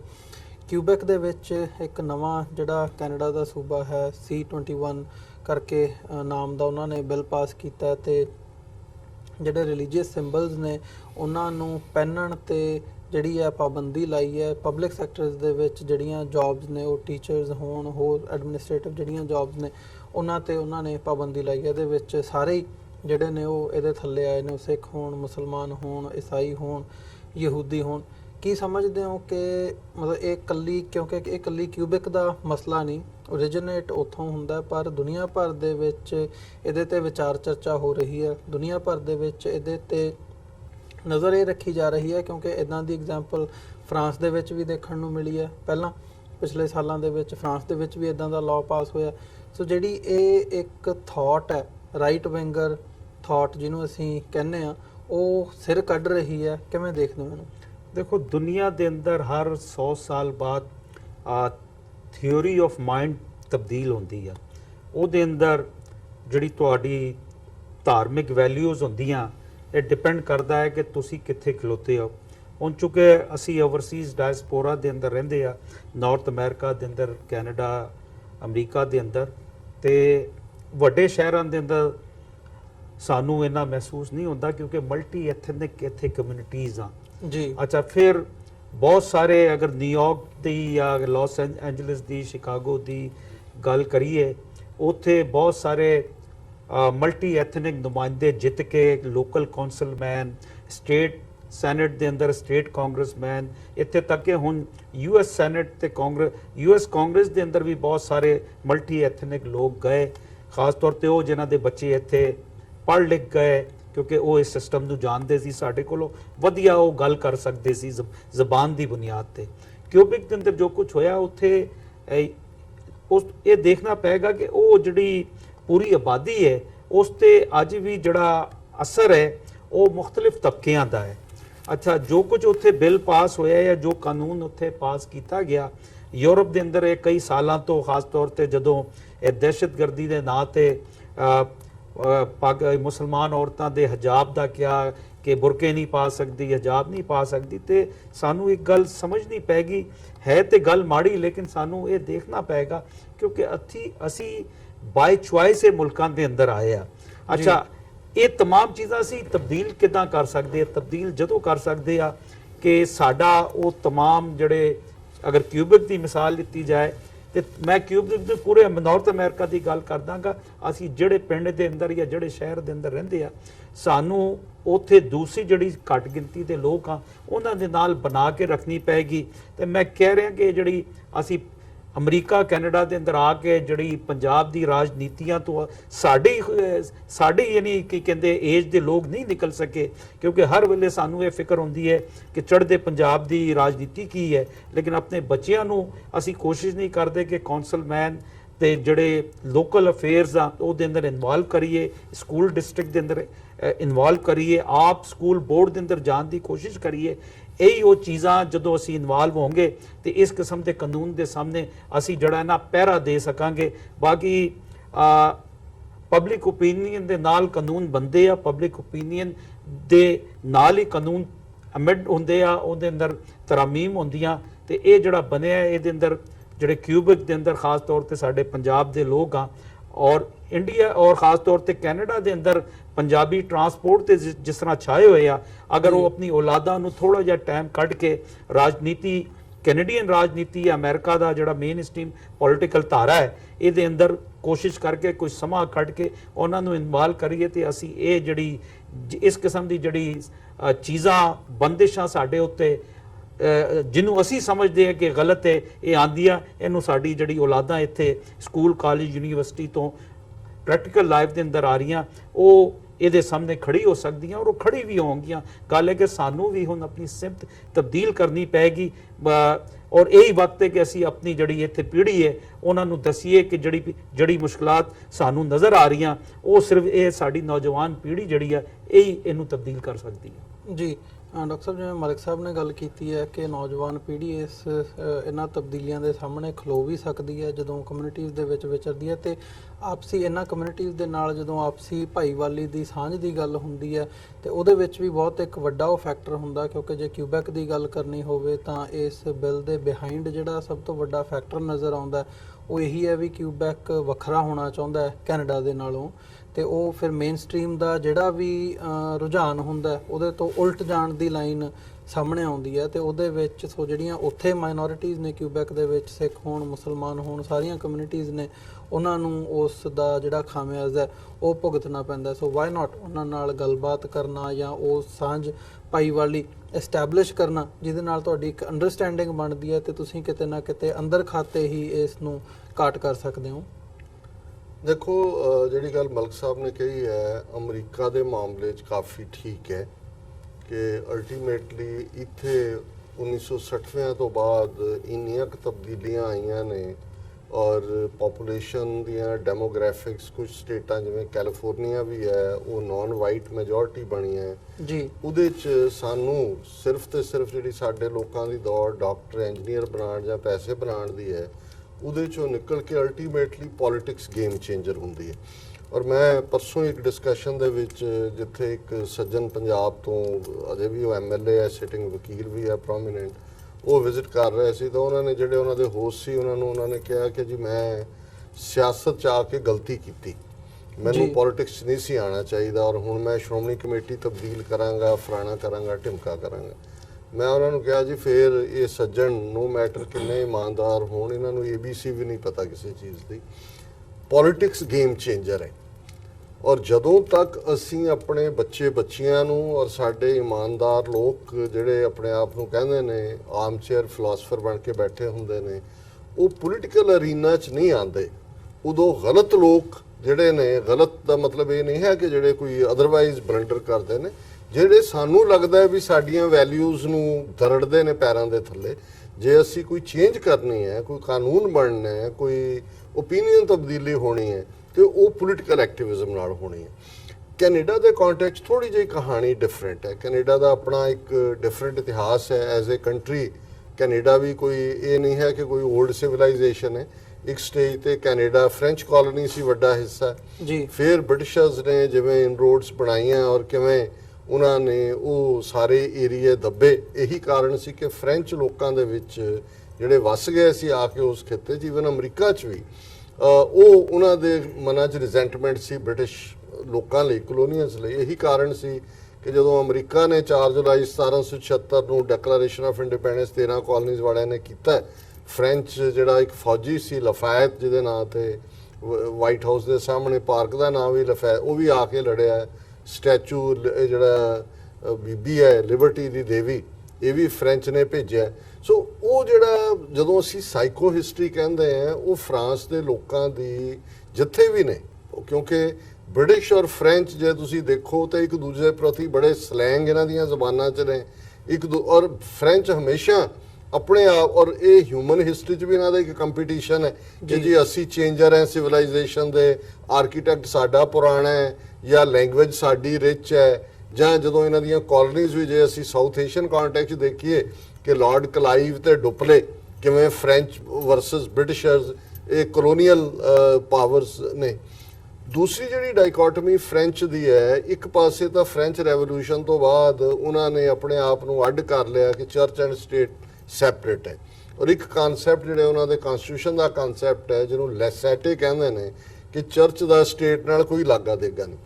ਪਰ ਫਰਾਂਸ ਦੀਆਂ ਆਪਣੀਆਂ ਜੜ੍ਹਾਂ ਕਿਉਂਕਿ ਕੈਥੋਲਿਸਿਜ਼ਮ 'ਚ ਰਹੀਆਂ, ਕ੍ਰਿਸਚੀਅਨਿਟੀ 'ਚ ਰਹੀਆਂ, ਨੋ ਮੈਟਰ ਇਹ ਕਿੰਨਾ ਸੈਕੂਲਰ ਹੋਣ, ਜਿਹੜੇ ਹੈਗੇ ਵੀ ਨੇ ਬਾਈ ਐਂਡ ਲਾਰਜ, ਉਹਨਾਂ 'ਚ ਕਿਤੇ ਨਾ ਕਿਤੇ ਉਹ ਸ਼ੋਅ ਹੁੰਦਾ। ਔਰ ਅਸੀਂ ਦੇਖਦੇ ਹਾਂ ਕਿ 9/11 ਤੋਂ ਬਾਅਦ ਜਦੋਂ ਇਰਾਕ ਦੇ ਉੱਤੇ ਅਮਰੀਕਾ ਨੇ ਜਿਹੜੀ ਹੈ ਉਹ ਜੰਗ ਥੋਪੀ, ਵੈਪਨਸ ਆਫ ਮਾਸ ਡਿਸਟਰਕਸ਼ਨ ਕਹਿ ਕੇ ਜੀ, ਫਰਾਂਸ ਨੇ ਉਹਦਾ ਸਾਥ ਨਹੀਂ ਸੀ ਦਿੱਤਾ। ਪ੍ਰੈਜ਼ੀਡੈਂਟ ਸ਼ਿਰਾਕ ਨੇ ਕਿਹਾ ਵੀ ਨਹੀਂ, ਲੇਕਿਨ ਉਹਨਾਂ ਨੂੰ ਇਹ ਲੱਗਾ ਕਿ ਵੀ ਜਿਹੜੀ ਹੇਟਡ ਹੁਣ ਇਸਲਾਮ ਦੇ ਖਿਲਾਫ ਚੱਲ ਰਹੀ ਹੈ, ਜਿਹਨੂੰ ਅਮਰੀਕਾ ਲੀਡ ਕਰ ਰਿਹਾ ਔਰ ਦੂਸਰੀਆਂ ਯੂਰਪੀਅਨ ਪਾਵਰਸ, ਬ੍ਰਿਟਿਸ਼ ਜਿਹੜੇ ਨੇ ਉਹਨਾਂ ਦੇ ਬੱਚੇ ਜਮੂਰੇ ਬਣੇ ਹੋਏ ਨੇ, ਵੀ ਅਸੀਂ ਕਿਤੇ ਪਿੱਛੇ ਨਾ ਰਹਿ ਜਾਈਏ। ਅਸੀਂ ਦੇਖਦੇ ਹਾਂ ਕਿ 2002 ਦੇ ਵਿੱਚ ਹੀ ਫਰਾਂਸ 'ਚ ਕਾਨੂੰਨ ਪਾਸ ਹੁੰਦਾ ਹੈ, ostensible signs of religion banned in schools, ਕਿਉਂਕਿ ਸਭ ਤੋਂ ਜ਼ਿਆਦਾ ਯੂਰਪ 'ਚ ਮੁਸਲਮਾਨ ਫਰਾਂਸ 'ਚ ਨੇ, 6 ਮਿਲੀਅਨ ਮੁਸਲਮਾਨ, ਜਿਨ੍ਹਾਂ 'ਚ ਮੋਰਾਕਨ ਓਰੀਜਨ ਦੇ, ਜਿਸ ਉੱਤੇ ਫ੍ਰੈਂਚ ਕਾਲੋਨੀਜ਼ ਰਹੀਆਂ ਜੀ। ਇਹਨੂੰ ਹੀ ਜੇ ਮੈਂ ਦੇਖ, ਔਰ ਉਹ ਅਸੀਂ ਦੇਖ ਰਹੇ ਹਾਂ ਵੀ ਲਗਾਤਾਰਤਾ ਨਾਲ ਫਿਰ ਫਰਾਂਸ ਅਨਫੋਰਚੂਨੇਟਲੀ ਜਿਹੜੇ ਕੋਈ ਇੰਡੀਵਿਜੂਅਲ ਟੈਰਰਿਸਟ ਅਟੈਕ ਹੁੰਦੇ ਨੇ ਉਹ ਵੀ ਫਰਾਂਸ 'ਚ ਕਾਫੀ ਹੋਏ। ਉੱਥੇ ਉਹ ਜਿਹੜਾ ਐਂਟਾਈ ਇਸਲਾਮਿਕ ਔਰ ਜ਼ੀਨੋਫੋਬਿਕ, ਜਿਹਦਾ ਨਤੀਜਾ ਸੀ ਕਿ ਬੜੀ ਮੁਸ਼ਕਿਲ ਨਾਲ ਜਿਹੜਾ ਹੁਣ ਪ੍ਰੈਜ਼ੀਡੈਂਟ ਰਿਲੇਟਿਵਲੀ ਲਿਬਰਲ ਹੈ ਜਿੱਤਿਆ, ਪਰ ਉੱਥੇ ਬਹੁਤ ਪਾਵਰਫੁਲ ਲੌਬੀ ਬਣ ਚੁੱਕੀ ਹੈ ਰਾਈਟ ਵਿੰਗਰਸ ਦੀ। ਕਿਊਬੈਕ ਦੀ ਹਿਸਟਰੀ ਹੋਰ ਵੀ ਡਿਫਰੈਂਟ ਹੈ, ਬਹੁਤ ਘੱਟ ਲੋਕਾਂ ਨੂੰ ਪਤਾ ਹੈ। ਅੱਜ ਇਸਲਾਮਿਕ ਦਹਿਸ਼ਤਗਰਦੀ ਜਾਂ ਕਿਸੇ ਹੋਰ ਨਾਲ ਜੋੜਦੇ ਨੇ। 1960ਵਿਆਂ ਦੇ ਵਿੱਚ ਕਿਊਬੈਕ ਦੇ ਵਿੱਚ ਬਹੁਤ ਜ਼ਬਰਦਸਤ ਟੈਰਰਿਜ਼ਮ ਸੀ, ਹਮਲੇ ਵੀ ਹੁੰਦੇ ਸੀ ਦੂਜਿਆਂ ਦੇ ਉੱਤੇ। ਉਹਦੇ ਚੋਂ ਹੀ ਜਿਹੜੇ 2 ਰੈਫਰੈਂਡਮ ਕੈਨੇਡਾ 'ਚ ਕਿਊਬੈਕ 'ਚ ਹੋਏ 1980 ਔਰ 1995 'ਚ, ਉਹ ਉਸ ਦੌਰ ਦਾ ਹੀ ਹੈ। ਸੋ ਉਹਨਾਂ 'ਚ ਬਿਲਟ ਇਨ ਐਂਟਾਈ ਬ੍ਰਿਟਿਸ਼ ਲਾਈਨ ਹੈ। ਕਿਊਬੈਕਨ ਜਿਹੜੇ ਨੇ ਉਹ ਕਿਤੇ ਨਾ ਕਿਤੇ ਆਪਣੀ ਅੱਡ ਹੋਣ ਦੀ ਗੱਲ, ਜਾਂ ਜਿਵੇਂ ਉਹ ਇੱਕ ਸ਼ਰਾਰਤੀ ਬੱਚਾ ਵੱਡੀ ਸ਼ਰਾਰਤ ਕਰਦਾ ਤੇ ਉਹ ਅਟੈਂਸ਼ਨ ਵੀ ਖਿੱਚਦਾ ਹੈ ਔਰ ਉਹ ਕੰਸੈਸ਼ਨ ਵੀ ਲੈਂਦਾ ਹੈ। ਹਰ ਵਾਰ ਕੈਨੇਡਾ 'ਚ ਤੁਸੀਂ ਦੇਖੋ ਫ੍ਰੈਂਚ ਜ਼ਬਾਨ ਜਹਾਜ਼ਾਂ 'ਚ ਸਫ਼ਰ ਕਰੋ, ਨਾਲ ਦੀ ਨਾਲ ਬੋਲੀ ਜਾਂਦੀ ਹੈ। ਕਿਊਬੈਕ 'ਚ ਉਹਨਾਂ ਦੀ ਡੋਮੀਨੈਂਸ ਹੈ। ਇਮੀਗ੍ਰੇਸ਼ਨ ਉੱਥੇ ਕੋਈ ਫੈਡਰਲ ਸਬਜੈਕਟ ਨਹੀਂ ਹੈ, ਕਿਊਬੈਕਸ ਵਾਲਿਆਂ ਦੇ ਆਪਣੇ ਨੇ, ਜਿਹਦੇ 'ਚ ਕਿ ਜਿਹੜਾ ਫ੍ਰੈਂਚ ਸਿੱਖ ਲੈਂਦਾ ਉਹਨੂੰ ਉਹ ਜਲਦੀ ਦੇ ਦਿੰਦੇ ਨੇ। ਹੁਣ ਇਸ ਸਾਰੇ ਦੌਰ 'ਚ ਮੈਂ ਸਮਝਦਾ ਹਾਂ ਕਿ ਇਸ ਵੇਲੇ ਜਿਹੜੀ ਵੇਵ ਦੁਨੀਆ ਭਰ ਦੇ ਵਿੱਚ ਜਿਹੜੀ ਐਕਸਟ੍ਰੀਮ ਪੈਟਰੀਓਟਿਜ਼ਮ ਦੇ ਨਾਂ ਥੱਲੇ ਜਾਂ ਰਾਈਟ ਵਿੰਗ ਦੇ ਨਾਂ ਥੱਲੇ, ਜਿਹਨੂੰ ਵਾਈਟ ਸੁਪਰੀਮਿਜ਼ਮ ਵੀ ਕਿਹਾ ਜਾ ਸਕਦਾ, ਚੱਲ ਰਹੀ ਹੈ, ਇਹ ਕਿਊਬੈਕ ਵੀ ਉਹਦਾ ਹੀ ਮੈਸੇਜ ਦੇ ਰਿਹਾ। ਇਹ ਬਿੱਲ 21 ਜਿਹੜਾ ਹੈ ਇਹ ਸਿੱਧਾ ਜਿਹੜਾ ਘੱਟ ਗਿਣਤੀਆਂ ਦੇ ਹੱਕਾਂ ਦੇ ਉੱਤੇ ਵੀ ਛਾਪਾ ਮਾਰਦਾ ਔਰ ਫਿਊਚਰ ਦਾ ਇੱਕ ਕੋਰਸ ਵੀ ਸੈੱਟ ਕਰਦਾ। ਔਰ ਮੈਂ ਸਮਝਦਾ ਹਾਂ, ਔਰ ਜਿੰਨਾ ਪਪੂਲਰ ਹੈ ਕਿਊਬੈਕ 'ਚ ਬਿੱਲ, ਆਲਮੋਸਟ 85% ਲੋਕ ਸਪੋਰਟ ਕਰਦੇ ਨੇ ਕਿਉਂਕਿ ਫ੍ਰੈਂਚ ਮੈਜੋਰਿਟੀ ਵੀ ਹੈ।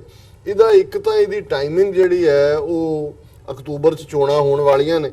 ਕਿਊਬੈਕ ਦੇ ਵਿੱਚ ਉਹ ਲਿਬਰਲ ਪਾਰਟੀ ਦੇ ਕੋਲੋਂ ਜਾਂ NDP, ਜਿਹਨੂੰ ਜਗਮੀਤ ਸਿੰਘ ਰਿਪਰੈਜ਼ੈਂਟ ਕਰਦੇ ਨੇ, ਉਹਨਾਂ ਤੋਂ ਗਰਾਊਂਡ ਖੋਣੀ ਚਾਹੁੰਦੇ ਨੇ।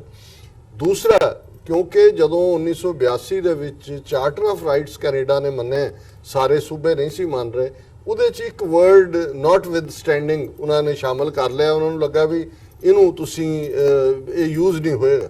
ਲੇਕਿਨ ਕਿਊਬੈਕ ਵਾਲਿਆਂ ਨੇ ਨਾਲ ਦੀ ਨਾਲ ਇਹੀ ਨਹੀਂ ਵੀ ਉਹਨਾਂ ਨੇ ਇਹ ਬਿੱਲ ਪਾਸ ਕੀਤਾ, ਕਿਉਂਕਿ ਨਾਲ ਦੀ ਨਾਲ ਮੇਅਰਸ ਨੇ ਔਰ ਕਈ ਸਕੂਲ ਡਿਸਟ੍ਰਿਕਟਸ ਨੇ ਕਿਹਾ ਵੀ ਅਸੀਂ ਨਹੀਂ ਮੰਨਾਂਗੇ ਇਹਨੂੰ। ਤਾਂ ਉਹਨਾਂ ਨੇ ਨਾਲ ਮੋਰਲ ਪੁਲਿਸ ਵੀ ਬਿਠਾ ਦਿੱਤੀ। ਉਹਨਾਂ ਨੇ ਕਿਹਾ ਜੀ ਇੰਸਪੈਕਟਰ ਵੀ ਹੋਣਗੇ ਜਿਹੜੇ ਇਸ ਗੱਲ ਨੂੰ ਯਕੀਨੀ ਬਣਾਉਣਗੇ ਕਿ ਕਿਹੜੇ ਵਾਇਲੇਟ ਕਰ ਰਹੇ ਨੇ।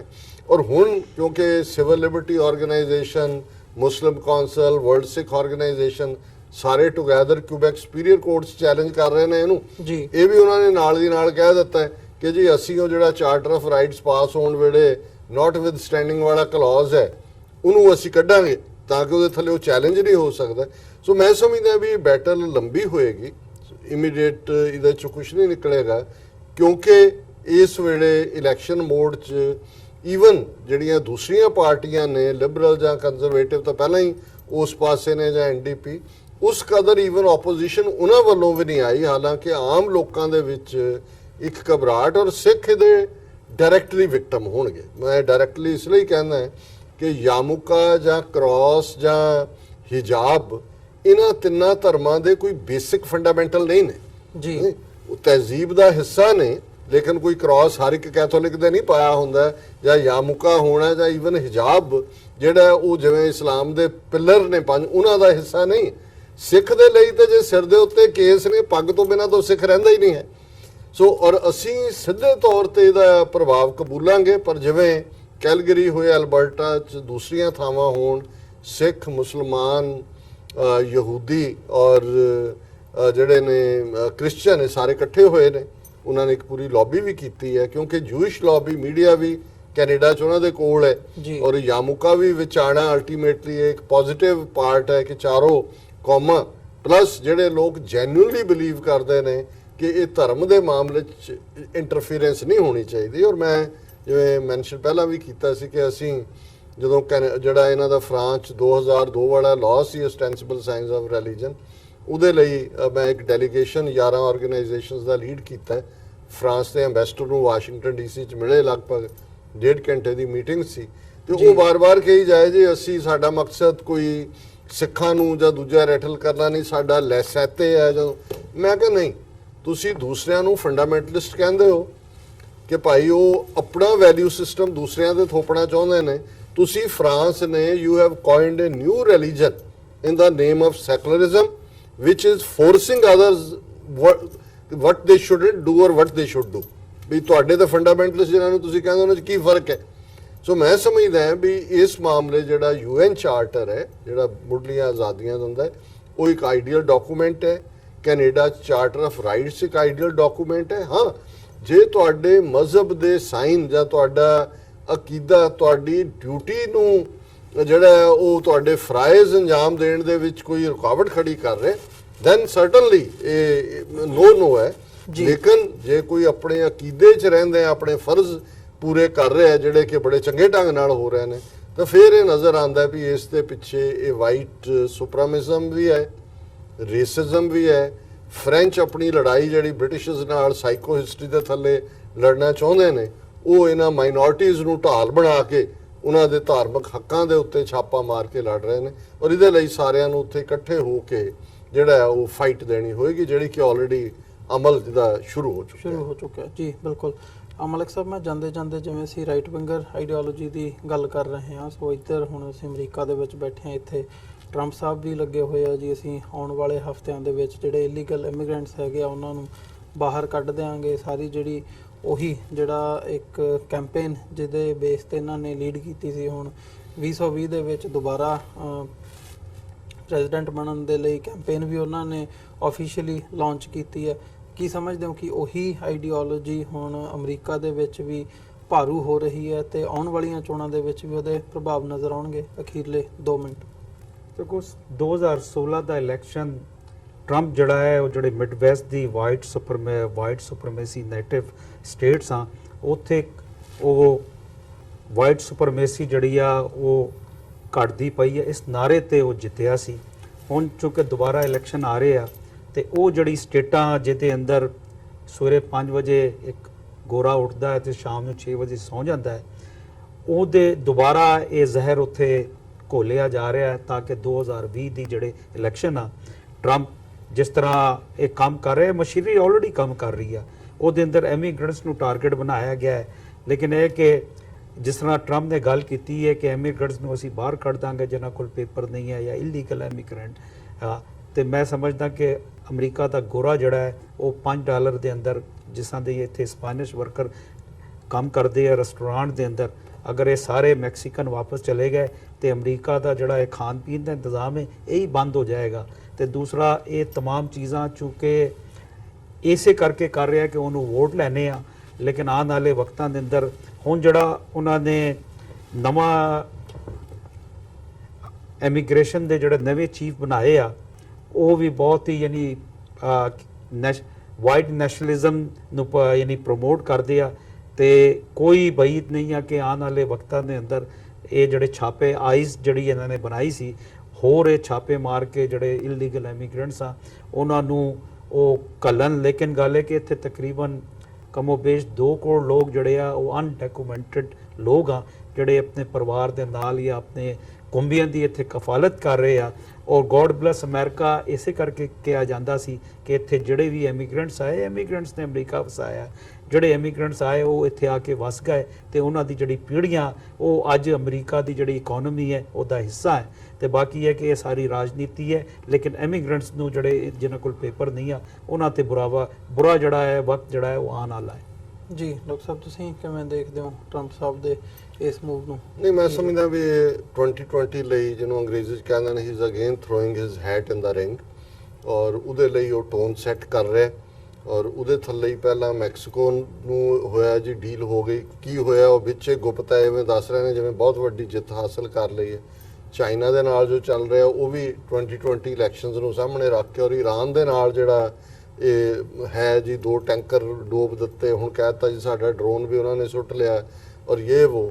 ਕਿਉਂਕਿ ਦੇਖੋ ਉੱਥੇ 2 ਕਿਸਮ ਦੀਆਂ ਲੌਬੀਜ਼ ਕੰਮ ਕਰ ਰਹੀਆਂ, ਔਰ ਮੈਨੂੰ ਹੈਰਾਨੀ ਨਹੀਂ ਹੋਏਗੀ ਕਿ 2020 ਤੋਂ ਪਹਿਲਾਂ ਜੇ ਕੋਈ ਸਮਾਲ ਕਿਤੇ ਨਾ ਕਿਤੇ ਵਾਰ ਦਾ ਵੀ ਪੰਗਾਣਾ ਟਰੰਪ ਦੇ ਆਪਣੇ ਏਜੰਡੇ ਤੇ ਬਾਹਰ ਕਿਸੇ ਨਾਲ ਵਾਰ ਦੀ ਗੱਲ ਨਹੀਂ, ਉਹਦਾ ਪਹਿਲਾ ਕੈਂਪੇਨ ਹੀ ਵੀ ਅਸੀਂ ਇਰਾਕ ਚੋਂ ਵੀ ਵਾਪਸ ਕੱਢਾਂਗੇ, ਅਫਗਾਨਿਸਤਾਨ ਚੋਂ ਵੀ ਕੱਢਾਂਗੇ। ਪਰ ਇੱਕ ਲੌਬੀ ਜਿਹੜੀ ਵਾਈਟ ਹਾਊਸ ਪੈਂਟਾਗਨ ਦੇ ਵਿੱਚ ਜਿਸ ਨੂੰ ਇਸ ਵੇਲੇ ਉਹਨਾਂ ਦਾ ਸੈਕਟਰੀ ਆਫ ਸਟੇਟ ਜਾਂ ਸੈਕਟਰੀ ਆਫ ਡਿਫੈਂਸ ਲੀਡ ਕਰ ਰਹੇ ਨੇ, ਉਹ ਕਨਫਰੰਟੇਸ਼ਨ ਦੀ ਹੈ।